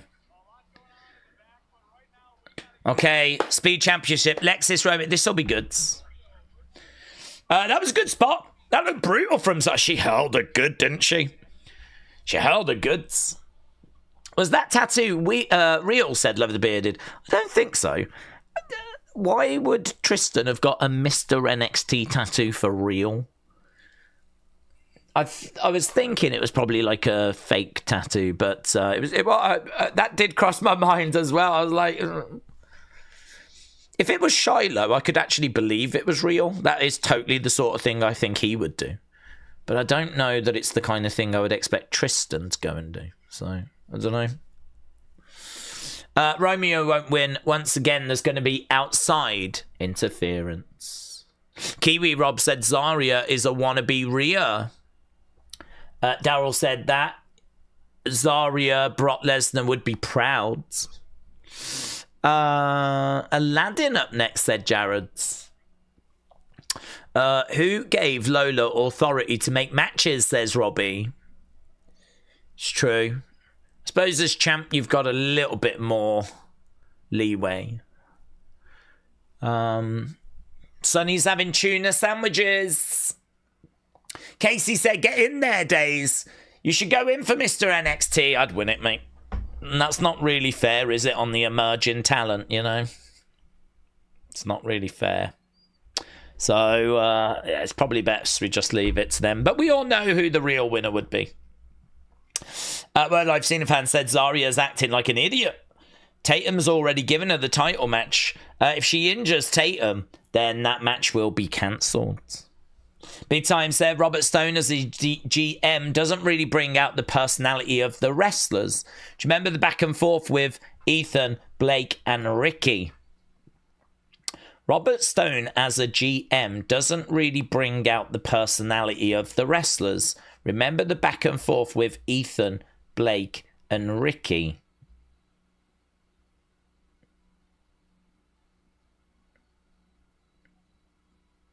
No. Are you talking about Ava going back and forth with those people? Flamefist said you can't put a seasoned veteran with noobs. Yeah, that's good. It's well said. I meant with Ava, right? Got you. Yeah, it's going to be different, isn't it? I mean, Ava was sort of different in that role than what William Regal was. So Robert Stone's obviously going to be different compared to William Regal and Ava. So, I mean, I got to be honest, it's not the appointment I would have made.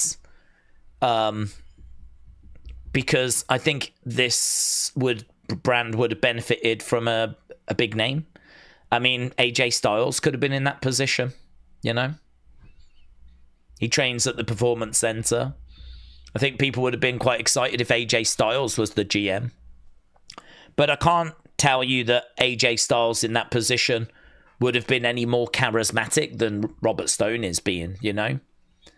I think, like, you got to accept that they're going to be different in that role. They're all going to do it slightly differently. But I just think name value-wise, there was probably an opportunity to go with a bigger name. But, you know, I mean, respect to Robert Stone in the sense of I have no issue with him. And I really appreciated him answering a question that I put his way online a few weeks ago. He did like a Ask Me Anything thing. So, I mean, he has been reaching out to the fans. And I asked him a question and he answered it. And I know some of you did as well. And I believe he answered those also. So, oh, here's Mason. There's Naraku in the background.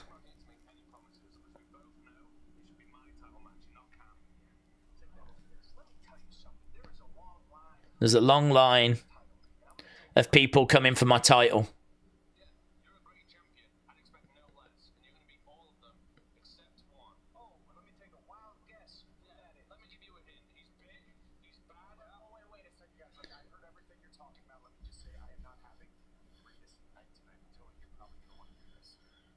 Mason.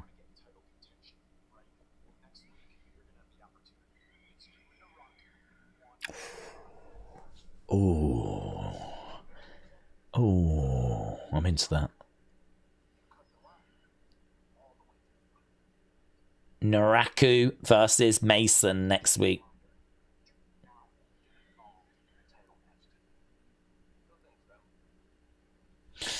Yeah, I'm here for that. I'm here for that. One of the hottest kind of young, rising English prospects. Will Cruz, lots of excitement online about him. Obviously, John Cena, seemingly a big fan. Against Evil.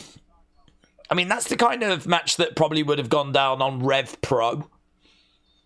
And we're going to get it next week on NXT, so I'll have that. Okay, here's Romeo. I was impressed with his performance the other week. Can he follow it up with an impressive performance? He might not win it, but can he give us an impressive performance here? Might be a little bit more challenging against Lexis, who is not massively known for great in-ring work, in my opinion, but Romeo, Lexis, Speed Championship. I think because it's a title match, it goes 5 minutes, doesn't it? Rather than 3, which is a bit better. What the hell's this music as well?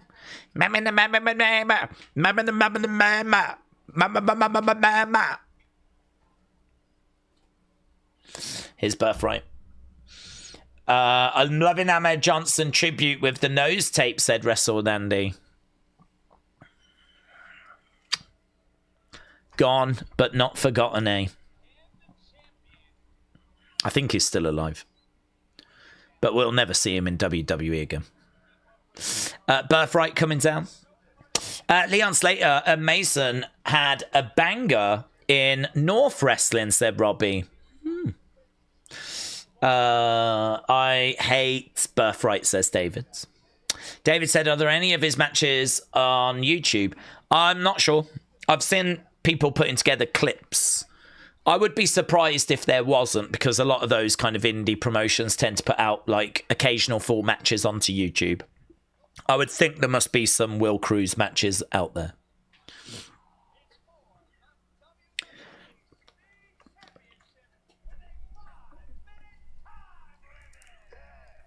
Yeah.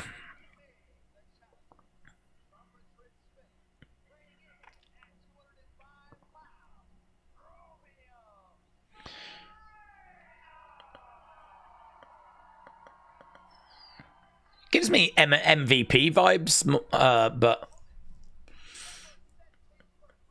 which is not really a good thing, so I was never a fan. Okay, we got 45 minutes to go. We got this match. Of course, we've still got our big championship match to come as well. The NXT title being defended.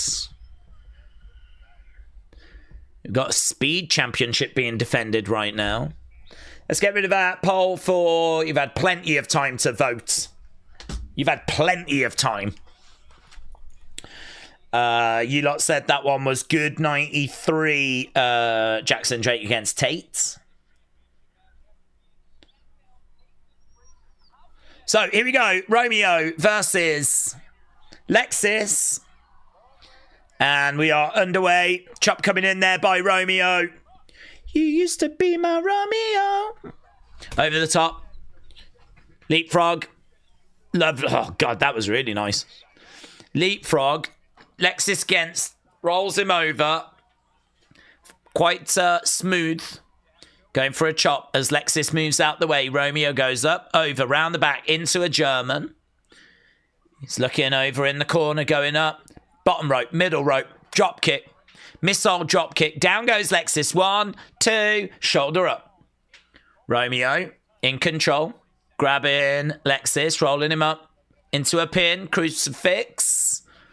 No joy. Lexis grabbing the leg. Romeo grabbing the head, looking for a suplex. Got him up. Lexis manages to get out. Back elbow there by Romeo, who goes bottom rope, middle rope. Gets caught. Gets caught. Lexis, tree of woe. Bang. Gets it. Over the other side, Lexis then in control. Romeo in the corner. Drop kick right into the sternum. 1, 2. Kick out.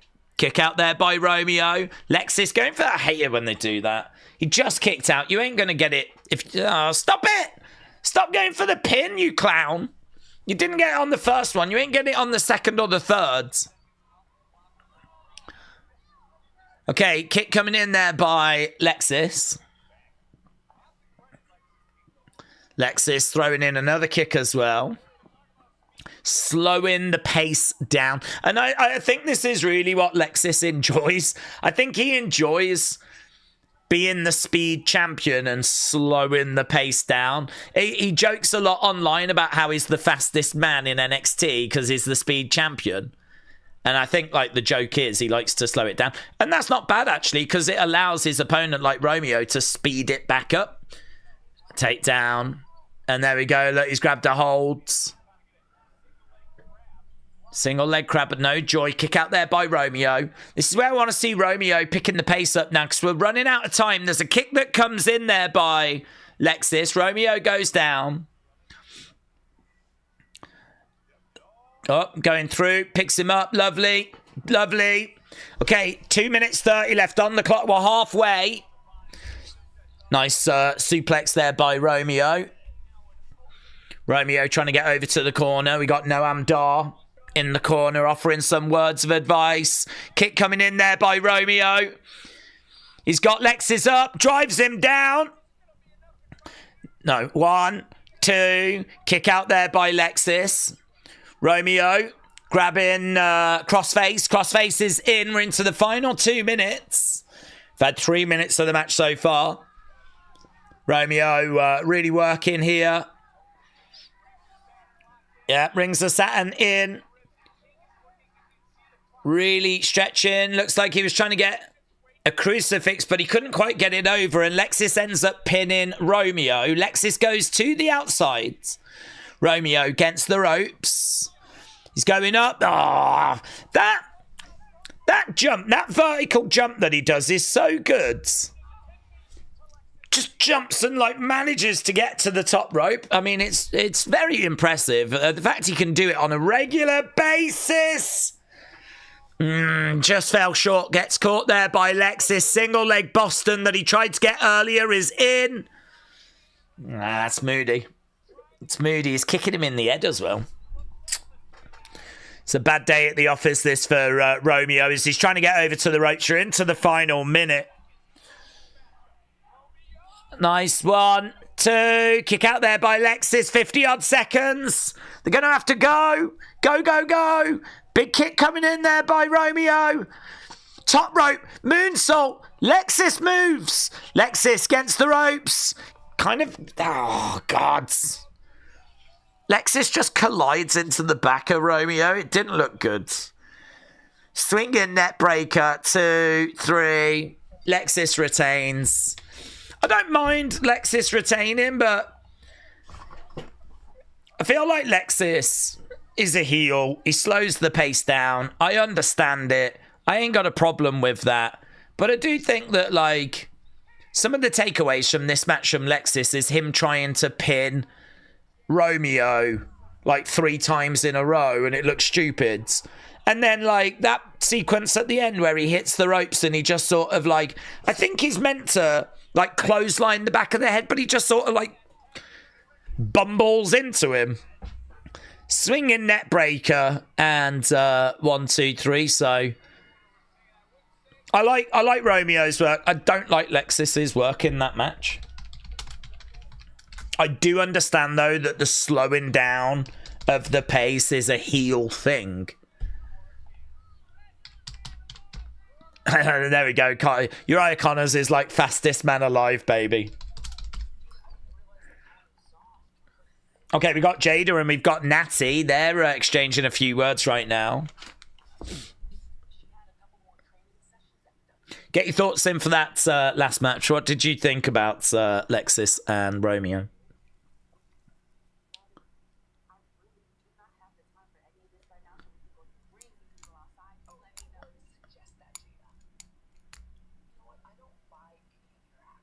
I don't buy your acts. I'm not afraid of you.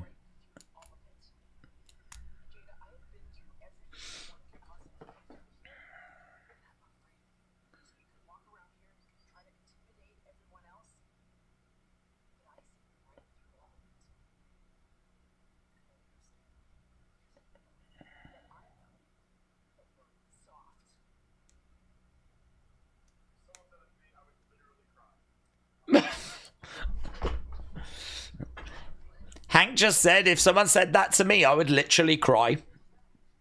Jada didn't. She took it. She didn't say anything back, did she? I think she just got humbled in front of the other women. Do you reckon Natty's going to get jumped? She's got to do something, ain't she? Can't get told off in front of the locker room. Jada's got feelings. Poor girl, said William. Softs. S-A-W-F-T. Let's go. She's going to get Enzo to attack Natty. Shining Wizard said, Lexis was oddly sloppy there. He's normally pretty crisp. Well, maybe just a bad night at the office. But to be honest, that was a match I was like looking forward to because I'd seen Romeo's performance in the previous round. And I thought it was really good. And I thought you saw shades of it in this match, but yeah, it didn't hit the heights I was hoping for, and I blame Lexis King for that. The girls are just ruthless to each other, says Sam DeMan. Well, that's true in real life, Sam DeMan. It's not like us guys that are all really supportive of each other, building each other up, and you're throwing an arm around each other, you know. Girls are like that. They tear each other down, sometimes unnecessarily, so it's hard to watch. Did we think Naraku Mason will end in controversy? Maybe the NXT Championship could be a triple threat, said Word Life Cena fan. Maybe. I wouldn't hate it, because then that means you could do the triple threat. Tony could pin Mason, and you've still not done Tony Naraku, which would surely then be the match we would do after. So I suppose it would be a way of delaying that match, because it feels to me like Tony versus Naraku is the match. That's the match that we should make. I know Naraku's not been here long, but as we've said, he's coming from New Japan. He's coming from being an IWGP champion. A lot of people, including WWE themselves, thought that he'd go straight to the main roster. Apparently, WWE were going to put him to the main roster, but it was Naraku, it was Evil, that wanted to go to NXT first. So he's kind of come in feeling a little overqualified for NXT, which means he immediately goes to the top of the pile. So I know he's only been here a hot minute, but and he hasn't really done anything of note. But as I said, in my eyes, he's come into this company as maybe overqualified. So that feels like the match. So yeah, actually, some sort of shenanigan or something does make a lot of sense, because it means you can delay it. It means that Tony can hold it longer. It means you haven't got the headache of Tony Naraku singles match and what the flip are we going to do? Because it feels like Naraku should get it, but equally, is it the right thing to take the belt off Tony? Because Tony is someone that I think we can all agree has still got some growing to do. This is not the pinnacle. Like, this is the pinnacle of his career. There is not anything else he has done bigger than this. Naraku, in my mind, you know, has competed in the Tokyo Dome at Wrestle Kingdom. He's been IWGP champion, defended that belt. That's bigger than being NXT champ. So I feel like Tony is gaining the experience of being a top champion. I think he needs a run with the belt. So, yeah, if we can kick the Naraku match a bit further down the road, that would make sense for us to do some screwy finish, do a triple threat. Tony pins Mason in that triple threat, keeps going. We delay the Naraku match. I don't know that they're going to do it, but I can just see a reason why you would. Okay, here's Keanu. Yeah, I'm all right with doing Keanu against Tate.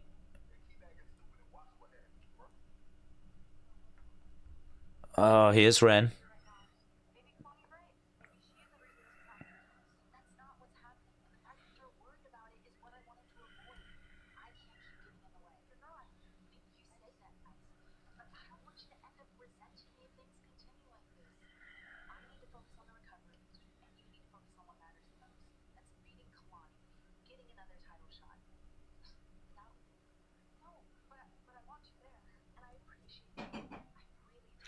Ren says you need to do it without me in your corner.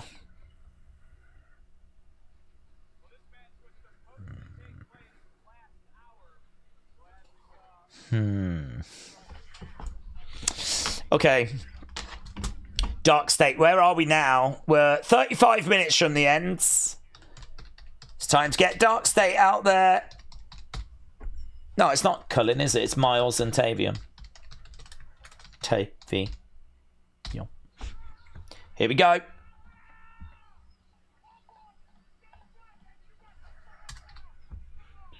Tavion's all kinds of fired up. Here's Myles. Keanu's hair looks like a bunch of sticks. I don't feel like we've quite found the right presentation for him yet.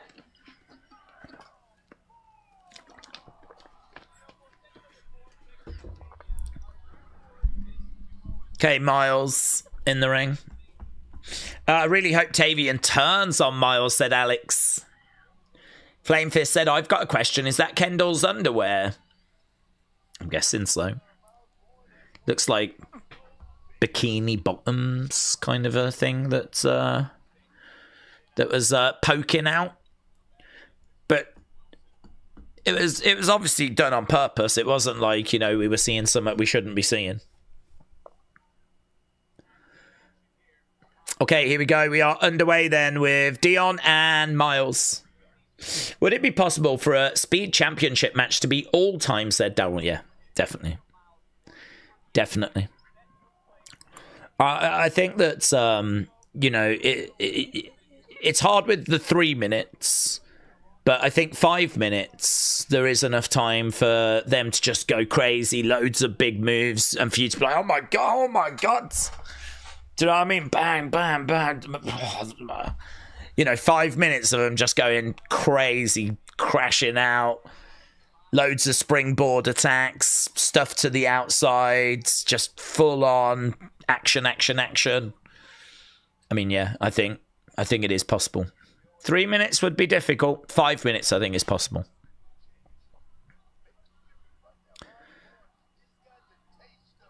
Shot coming in by Dion. Myles trying to throw a big shot back. Do we think Enzo returns later, said Real Glockness? I'm not expecting it on this show, but I am thinking that at the end of this month, we've got Great American Bash, and apparently that is going to be the first NXT show that's going to be shown on CW Network. So that's a big deal. And actually, you know, Robert Stone said he's got stuff planned. It's like, you're not going to want to miss that, Stowe. We've got some big stuff planned.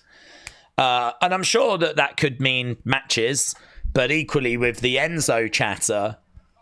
And don't forget, I mean, it's going up against some AEW show. So, you know, they're going to want people to watch them instead of AEW. So they need to be teasing some stuff. And you got to give people reasons to tune into that show. So I do genuinely think that show is going to be a decent card. And I think there'll be an Enzo tease or a Takahashi tease. I think they will make it, you know, worth you tuning in for. So not expecting Enzo tonight. I'm not going to say it's impossible, but I could see that being something for Great American Bash. They're going to bring Enzo back without Cass. I don't think his contract's up yet, said Wrestle Rants. Yeah, I agree. I think they are interested in taking Cass, though, so they can reunite them.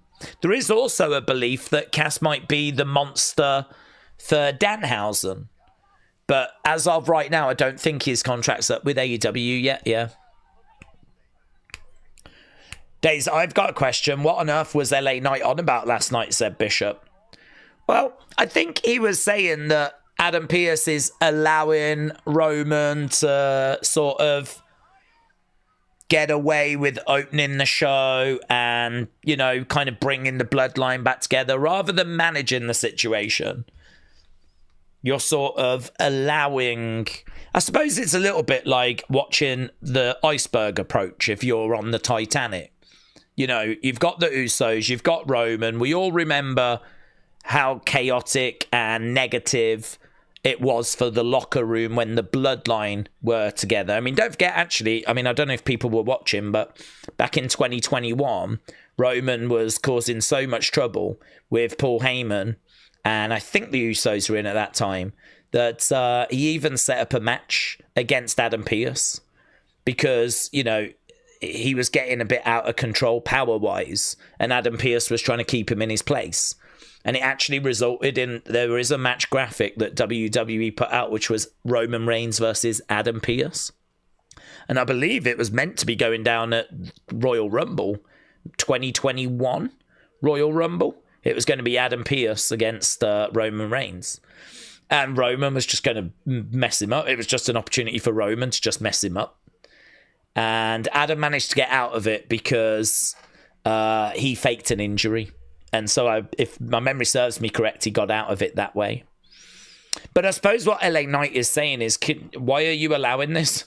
Why are you allowing like Usos and Roman to be hanging around together and for them to be opening the show and for now Jacob to be joining? And clearly the bloodline is back. And do you not remember how, like, are you in on this? Are you part of this? Are you feeling Usi? And like Adam Pearce is like, don't be stupid and all that stuff. And then he grabs his hand and he, you know, because he was like pointing like, don't be stupid like this. And he grabbed his hand and he ran like, oh, really? So I think I interpreted it as being that. But because we know that LA Knight's been warning of this. I mean, he warned the Usos, didn't he, when they got with Roman? It's like, because he teamed with them at WrestleMania, the Usos. They took on the Vision. And he said to them, like, if you get back with Roman, it better not be how it was, you know? So, yeah, he's kind of going on about the bloodline. A lot of people are saying, what's it got to do with LA Knight? And I think that's a fair shout, to be honest. The only thing I can think is that, you know, he suffered at the hands of the bloodline and he just, you know, doesn't want to see that back again. But we are definitely heading in that direction. I mean, look at them now. We've got flipping Jacob, Usos, Roman. They're all standing in the ring, throwing up the wands. You've got Jimmy going, they the twos, we the ones. You know, sending a message to the locker room. I mean, it is feeling like vintage bloodline, isn't it? And this is exactly what LA Knight was saying we were heading towards.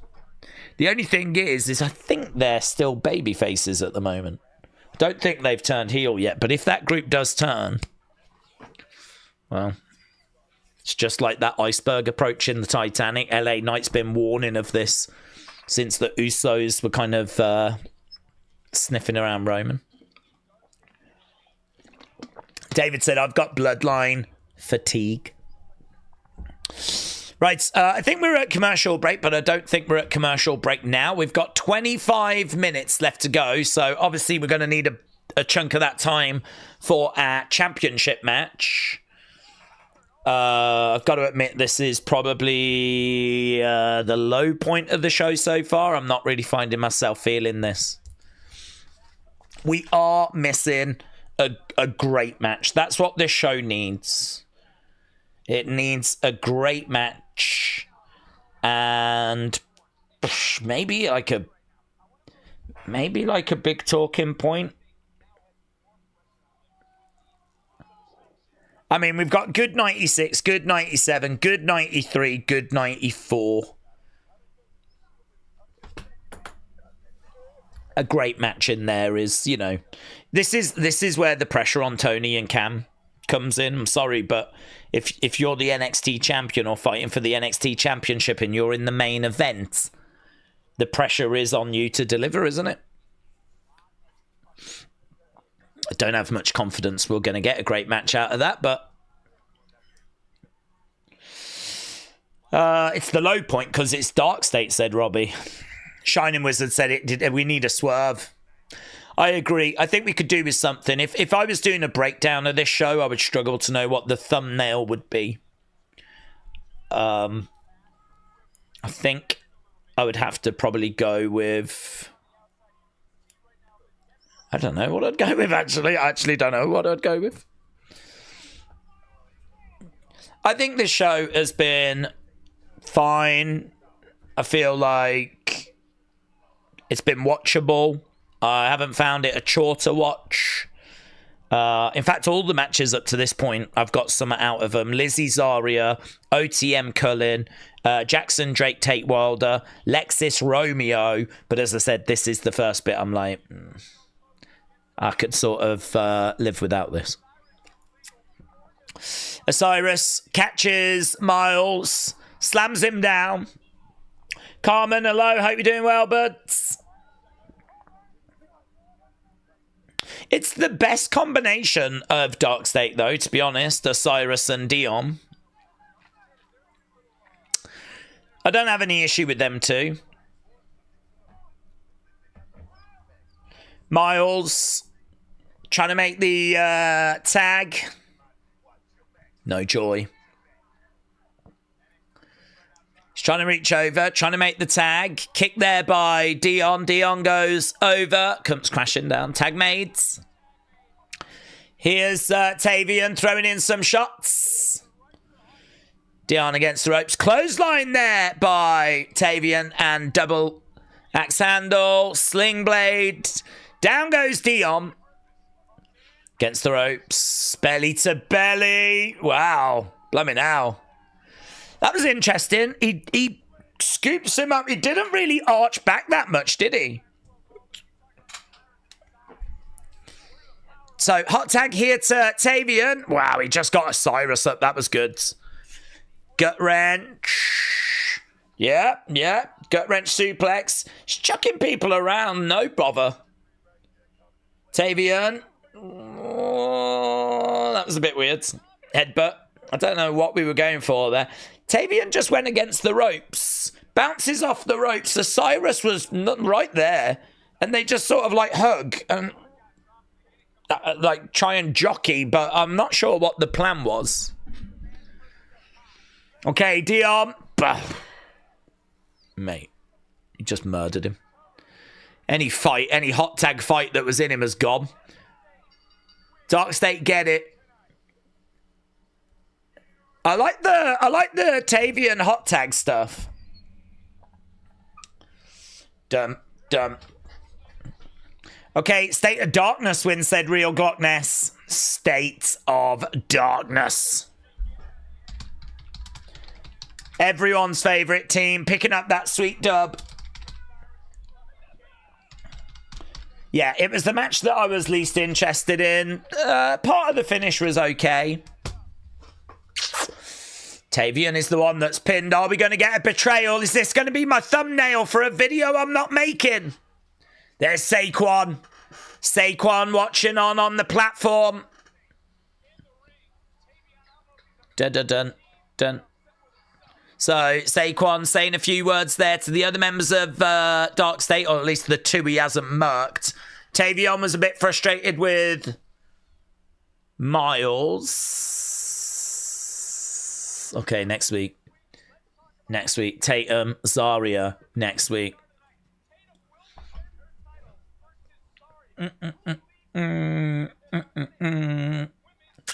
Tate, Zaria next week. That'll be good. Down for that. Sign me up for that. And sign me up for Kendall Gray taking on Kalani Jordan. #1 contenders match. Sign me up for that as well. Bit of Gray Graps going down next week.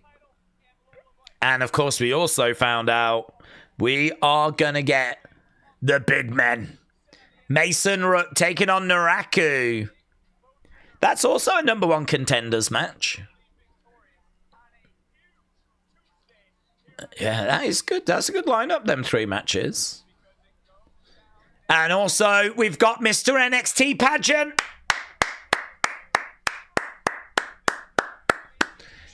That is going to be surely one of the all-time awful segments in NXT history. I can't see any way that is going to be good. But I am here to see just how much of a car crash it actually is. Here's Cam Hendrix, and he's going to do the one thing I like about him. That thing. Yeah, that's the best thing he does. Bam! And then the music goes, go time, show time. And I'm kind of liking the music. Go time, show time. I'm like, yeah! Go time, show time. And that's about it. But can he show me some more in this match? We need something juicy. Daze, have no fear. The needle mover, Carmen, is here. Let's go. Let's go. Clark Ness said highest rated segment ever. What, the pageant next week? Oh, I hope so. What do you think about Mask versus Mask from this Saturday, says Carmen? I thought it was excellent. I thought it was a 5-star match. I think that... I think you can watch it without really knowing the backstory. I think the video package is excellent that brings you up to speed. I think the entrances are really good as well. There's not really much that I would criticize about it. I suppose could you take a touch time out of it, maybe? Shave a little bit of time just to make it a bit tighter? You don't have to. I mean, it's getting so much praise. It's clearly not gone over. It's not outstayed its welcome. And honestly, I think if you've got a match like that where you're really like, what would you change? How could you make it better? And you can't really find anything. It's a 5-star match. I don't have any problem saying that. I mean, everyone's singing its praises. But rather than just sit here going, oh, it was really good, you should watch it, I'd like to say a bit more about it than that. So, yeah, you're kind of like, what can you say? Well, how could it be improved? I like how there was all the outside callbacks, that Pimpinella that was part of the build, I can't remember her name, Ludwig's woman that got fired, both of them featured. I think we all knew that Rayo, Bravo, Bruto, Julio would get involved. They didn't really feature too much, which was good. And there was that great crossbody by Bravo, which looked really good. And that was them done, really. I like that. I like the fact that didn't stay any longer. The blind guy, the comedian that was blind, that he featured as part of the build, he was there. That was nice. It was kind of like bringing these elements of the build together for this big, epic final showdown. The unmasking was done well. The blood looked really good. I like the fact that after all the shenanigans happened, we wrestled for a long time. So it wasn't like Pimpinella really influenced the outcome. because we wrestled quite a long time after that, and so it meant that when Ludwig got the win, he really did get the win. They were both exhausted, both shattered. I think that was all believable. The crowd were engaged from start to finish. Yeah, honestly, if someone was like, what would you change? I might take a little bit of time out of it. And I think on the entrances, I think I would have had the mariachi band that played Chad to the ring play the Star Spangled Banner instead, or play something that would have drawn more heat, because they were just playing like traditional Mexican music. And really at that point, blooming Ludwig could have come out. It didn't really feel very heelish to me, that Chad entrance. I think that we maybe could have done some there, but I mean, it did not affect the match in any way or the presentation in any way. The whole thing was fantastic. It's 5 stars. So that's what I thought. There were 3 clear elements, a beginning, a middle, and an end, said V85. I saw Pete Dunne was the producer of the Mass vs. Mass, says Rob. The video package before was great, said Jason. Pimpinella at the end was like Taker at Mania 4. It was. It did have that kind of Avengers coming together feel, as we said, with all the elements of the build. Oh, I would have had her slap him as well. I don't know why she didn't slap Chad. I don't get that. I really thought when he was going over to her, she was going to slap the taste out of his mouth. But she didn't. I'm not sure why. But again, did it affect the match? Would it change your score in any way? No. No. Here's Tony then. Tony making his way down.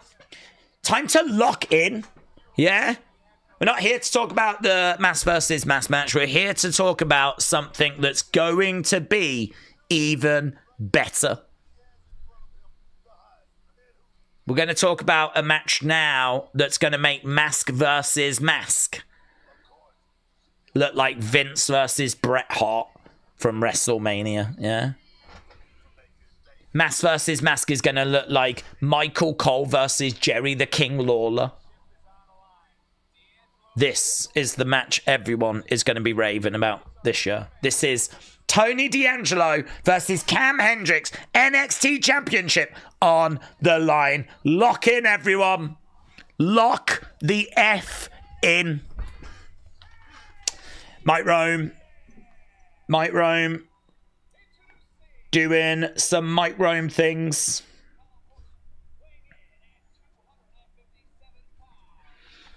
Does he do it here as well? I can't remember. He does. And the camera does that as well. Let's go. Let's go.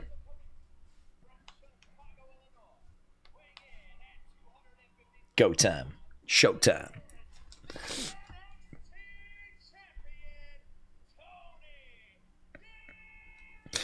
They clearly like Cam, considering they've pushed him to this level already. Oh, you lot said that was good 96. You enjoyed that last match. You enjoyed it. You enjoyed it more than me. Okay. Good 96, good 97, good 93, good 94, good 96. It's been a day of 1, 2, Cam. It's been a day of okay, solid in-ring performance. Swinging net breaker there by Cam. 2. He's going for quick pins here. Just going for the odd move, trying to get a quick pin. Cam. DDT there to Tony. Tony going down. 1, 2. Shoulder up. Okay, straight out of the gates. Naraku is watching from the crowds. Tony. Forearm shot there by Cam is throwing some shots down. Stomping away there on Tony. There's a shot there by Cam, and he throws Tony in the corner, collides into him. Roll through. Don't know how that was meant to help him. He kind of jumps off the corner, rolls through, gets up. He's not really carrying much momentum when he does these things. He ends up getting caught anyway. Goes to the outside. Hendrix on the outside. Tony in the ring. Cam Hendrix popping up like a Pop-Tart. Woof! Slingshot into the ring. Shots coming in there by Tony. Pop, pop, pop. Against the ropes. Cam gets clotheslined. Goes down. Tony back in control now. Shining Wizard said a title change out of nowhere would be a good swerve. Tony colliding into Cam. Big shot to the midsection. Cam goes down. Over against the ropes. Cam with a big boot. Tony stumbles back. Duck underneath there by Tony. He's got Cam on the shoulders. Woof. Woof. That's kind of it. He had him on his shoulders. I thought he might do a Samoan drop. He sort of went down and launched him, which is sort of interesting. He had him on his shoulders, sort of momentarily goes down so he can spring up and throw Cam. I'm sure he's done that before, but... Okay, Naraku. Naraku's saying no, as I think Cam Hendrix was thinking of grabbing the belt. I think Cam Hendrix was thinking of grabbing and using the belt, but the ref's right there, so... But Naraku is making it clear, no, you're not. Cam Hendrix locks back in. Christopher said, Daze, Mexico stole El Grande Mass Creation rematch. Americano returns on American soil. What do you mean, Christopher? Do you mean the rematch you think should be at WrestleMania? It's a long way away. I mean, you can always do a rematch, of course, but... and it could always be at WrestleMania if you want it to be. That's a long way away. Plus, also, don't forget next year's Mania's in Saudi. Tony getting up to his feet. Word Life Cena fan said, Daze, WWE needs to bring back GTV and show footage of Theory and Maxine together. During this match, Cam would be so distracted he would lose. I don't know if we're meant to know, though, that they're together.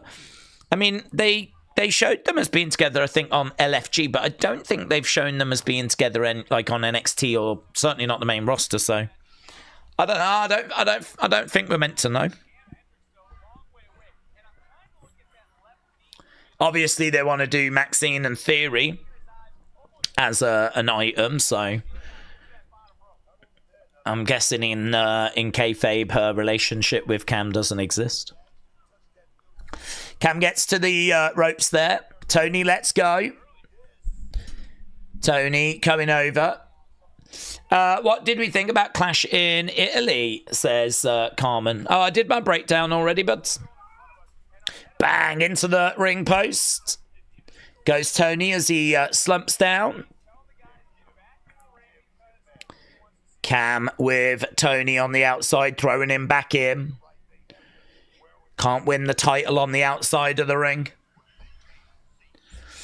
Charging over to Tony in the corner. We got 8 minutes left to go. Okay, there we go. Rolls through. I hate that. Why? What? There's like this awful pandemic in the WWE of wrestlers wanting to do things before they deliver a clothesline that completely takes the momentum away from it. Charlotte does that with her cartwheel. Sol Ruka does that with her flip. Cam's now doing it with his roll. It's like they have to do it, then find their balance, and then do the clothesline. It doesn't just effortlessly, seamlessly go into it. If I took over WWE, and I think we all know that's going to happen one day, that would be the number one thing I would change. A lot of people are like, oh, what would you do if you went in WWE? How would you fix it? Well, let me tell you, the number one thing I would fix is that. Because it is the biggest problem in WWE right now.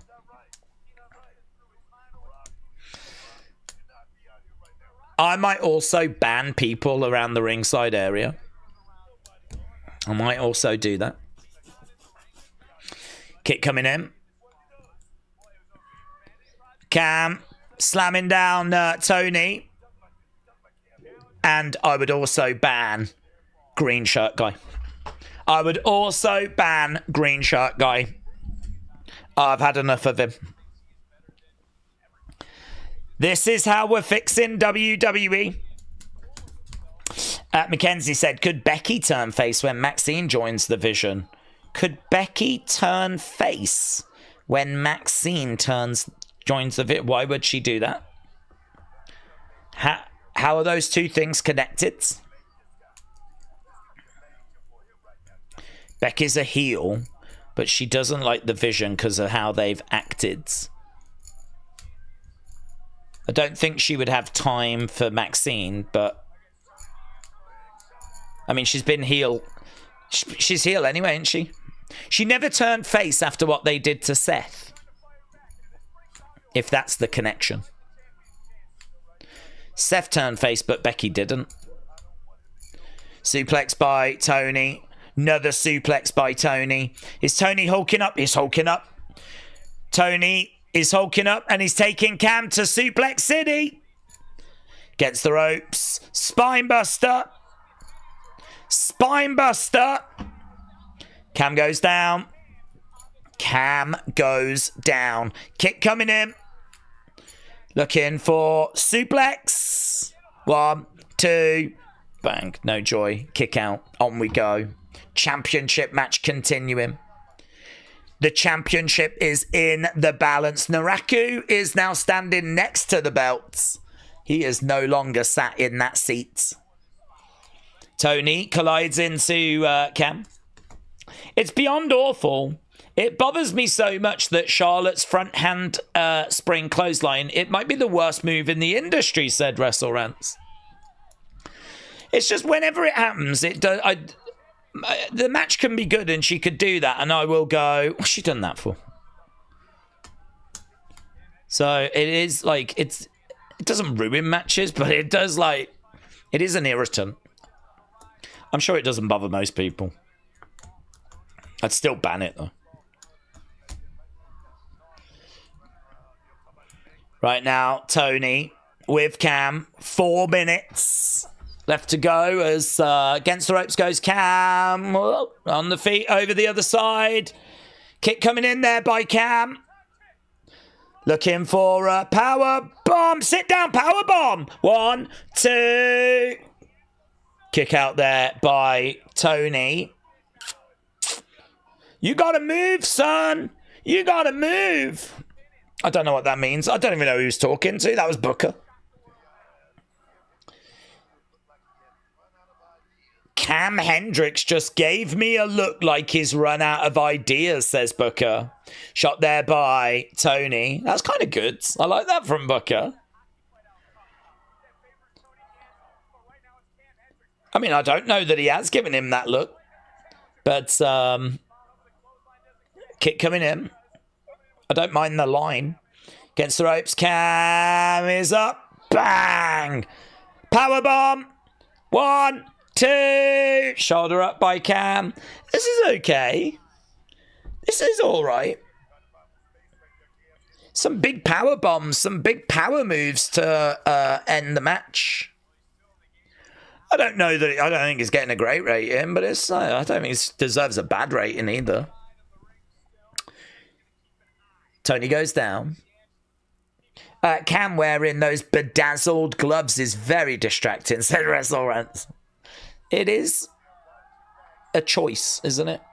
He was trying to use a chair, but the big man, Mason Rook, ain't going to allow it.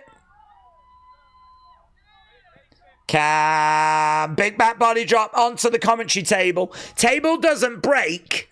He gets thrown back in the ring. Tony's in. Duck underneath by Tony. Picks up. Cam slams him down. Beginning of the end. 1, 2, 3. Guys, Tony retains. Tony retains. Big result. Bum, bum. Tony DeWinalo. Cam Hendrix defeated. He wanted to use the belt. Naraku wouldn't let him. He wanted to use the chair. Mason wouldn't let him.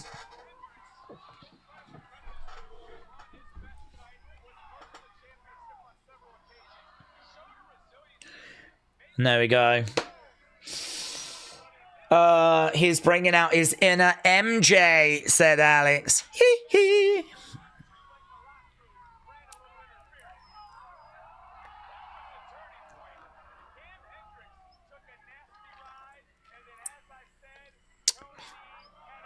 Bang. Well, there we go. There we go.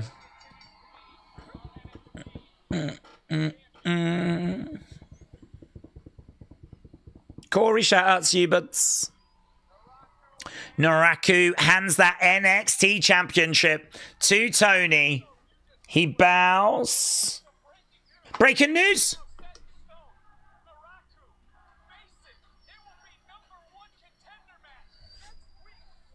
How's that breaking news?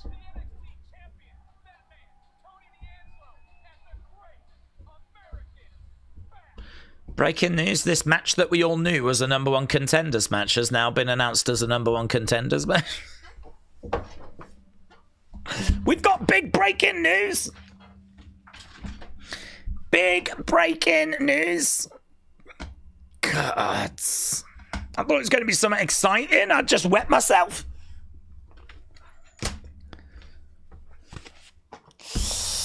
Well, there we go. There we go. David said, didn't they announce it earlier? Yes. But they didn't have the graphic. We didn't have that graphic.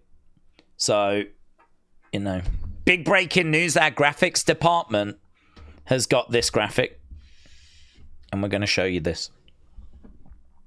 That's how desperate we are for talking points now. We're so desperate for talking points. We're going to announce things again that we already announced. We're just going to hope you forget. Well, there we go. I think if I was to do a thumbnail for tonight's show, it would be a picture of Lola Vice. And in the background, it would say... spoiler. Something like that. Yeah. Lola Vice ruins AAA show. Something like that, because she gave away, I believe, the result of her match from AAA that has yet to air. And that, to me, is the biggest talking point. Yeah. She's basically Sean Rossat. She's basically WrestleVotes. She's basically Lola Meltzer. She's actually given us, like, all this behind-the-scenes information. A match that has not even aired yet.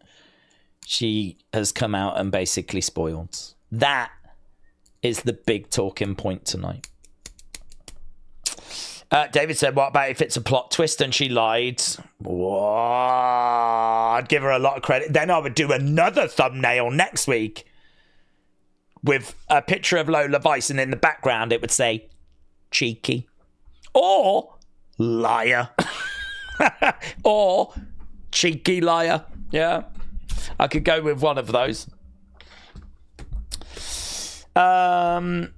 Why don't you put up a spoiler warning graphic? That's good. That's good. That's good. Yeah. In fact, that's exactly what NXT should have done tonight. So, yeah. Not the strongest of shows. I do like next week's card, though. I do like next week's cards. I thought the action tonight was okay. I don't think we had necessarily bad matches. The match I probably struggled with the most, you lot scored as good 96. So, fine. But, yeah, next week definitely looks better with the card. And obviously that breaking news at the end... huge. So that's made things more exciting as well. Wrestling Russ, good night, buds. Wrestling Russ, off to beds. Off to the land of dreams. Daze, when will you be a manager for WWE? Well, those cowards And they are cowards. Are clearly too scared to reach out. I think actually what the truth is they love these streams. And they know that if they do reach out to me, there is a danger that some of these streams would have to go away, and they don't want that. That's the only explanation, isn't it? That's the only explanation. So that's what I'm sticking with. It's because they love these streams, they respect the streams, they love this community, they respect this community. Otherwise, I would be in the pageant for Mr. NXT. But no, instead they, this is what I'm meant to be doing. So, Christopher said, Daze, Ludwig couldn't get over until he stole an El Grande gimmick. Chad deserves that creation. There needs to be a rematch. I think, though, it's true that character has got over. I think, though, that he does it better than Chad's. I think Chad actually presented it as more of a comedy character, whereas Ludwig played it straight. And actually, as a result, really connected, even more so than what Chad did. So, yes, he did kind of take that gimmick. But I think he did a better job with it. And to be honest, I don't think that can be something Ludwig can carry on with. That can be a real identity for him for, the next year or two. Maybe even longer. But I don't think that's something Chad needed. I think that was a side quest for Chad. Chad can maybe come back to the main roster now and do some other stuff. So this might really work out well for both. This could actually be really good for both. Big Time said, do you remember 2.0? We used veterans like Gargano and Ciampa and Pete Dunne and Volta to elevate guys like Carmelo, Tony Grayson and Trick. We hoovered everyone, and new guys have no one to feed off. Yeah, we had that conversation earlier, didn't we? We said we need some experience around. Enzo coming in makes sense. If they brought Dijak back or Baron Corbin in, that would make sense. So, yeah, I don't disagree. But the priority has to be the main roster in that same breath. The priority, this is what NXT is for. It's for bringing through people. If the main roster thing can feel that they need X amount of talent and they can use that talent now, then, they're not wrong to take them. NXT is NXT. It's all about developing and bringing through that next wave. And the priority has to be the main roster. So I don't think they're wrong for doing what they've done. But the situation now is, well, what do we do to help NXT? What do we do for NXT to be the best version of itself? What does it need? And I do think those are questions that are being asked. Hence why Enzo is seemingly on the verge of returning. David said, I've officially given up watching classic pay-per-views for upcoming pay-per-views for my own sake. It puts me off watching wrestling. I don't think I could sit through Crown Jewel 2018 again. Word Live Cena fan said WWE should hire you as a remote creative writer for SmackDown. I just have ideas on stuff and thoughts about stuff like everyone else. I'm no different to any other fan that's out there. We all watch wrestling. We all have thoughts about wrestling. We all have things we like. We all have things we don't like. I ain't no different. So, there's lots of good ideas out there. Loads of good ideas in our community that we like to chuck around. So, no. I just want to see that SmackDown team get stronger. I think Raw's in a good place. I think the Raw team's doing good work. I enjoyed yesterday's show. I think the cage match score for yesterday's Raw as well, when I looked earlier, was hovering around a 7. So, Clash in Italy was a 5, and I think Raw was hovering around a 7.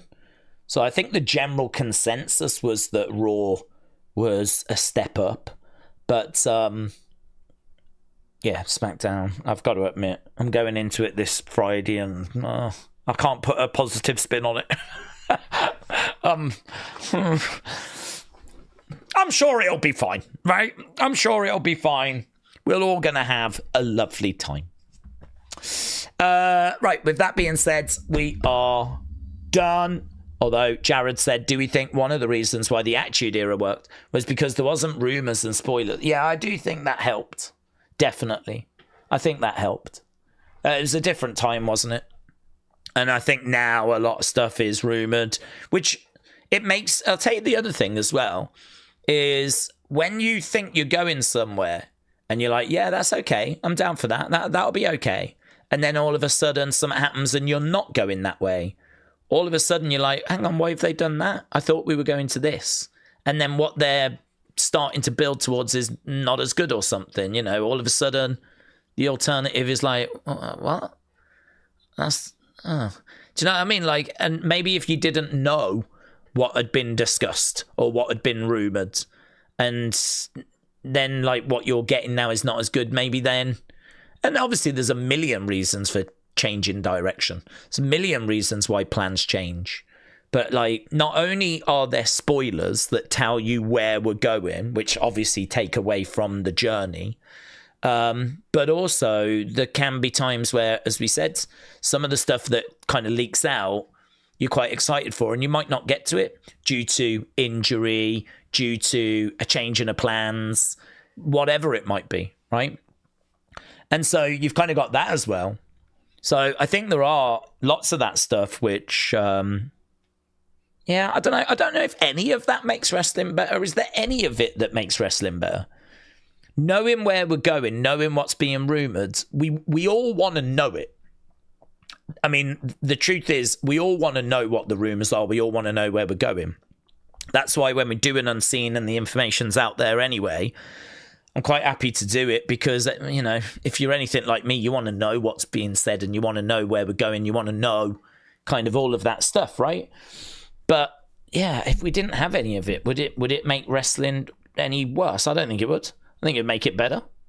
So I do think that stuff has, you know, I don't see it as a net positive. But equally, how are you going to get rid of it?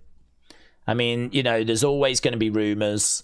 There was rumours even around back then.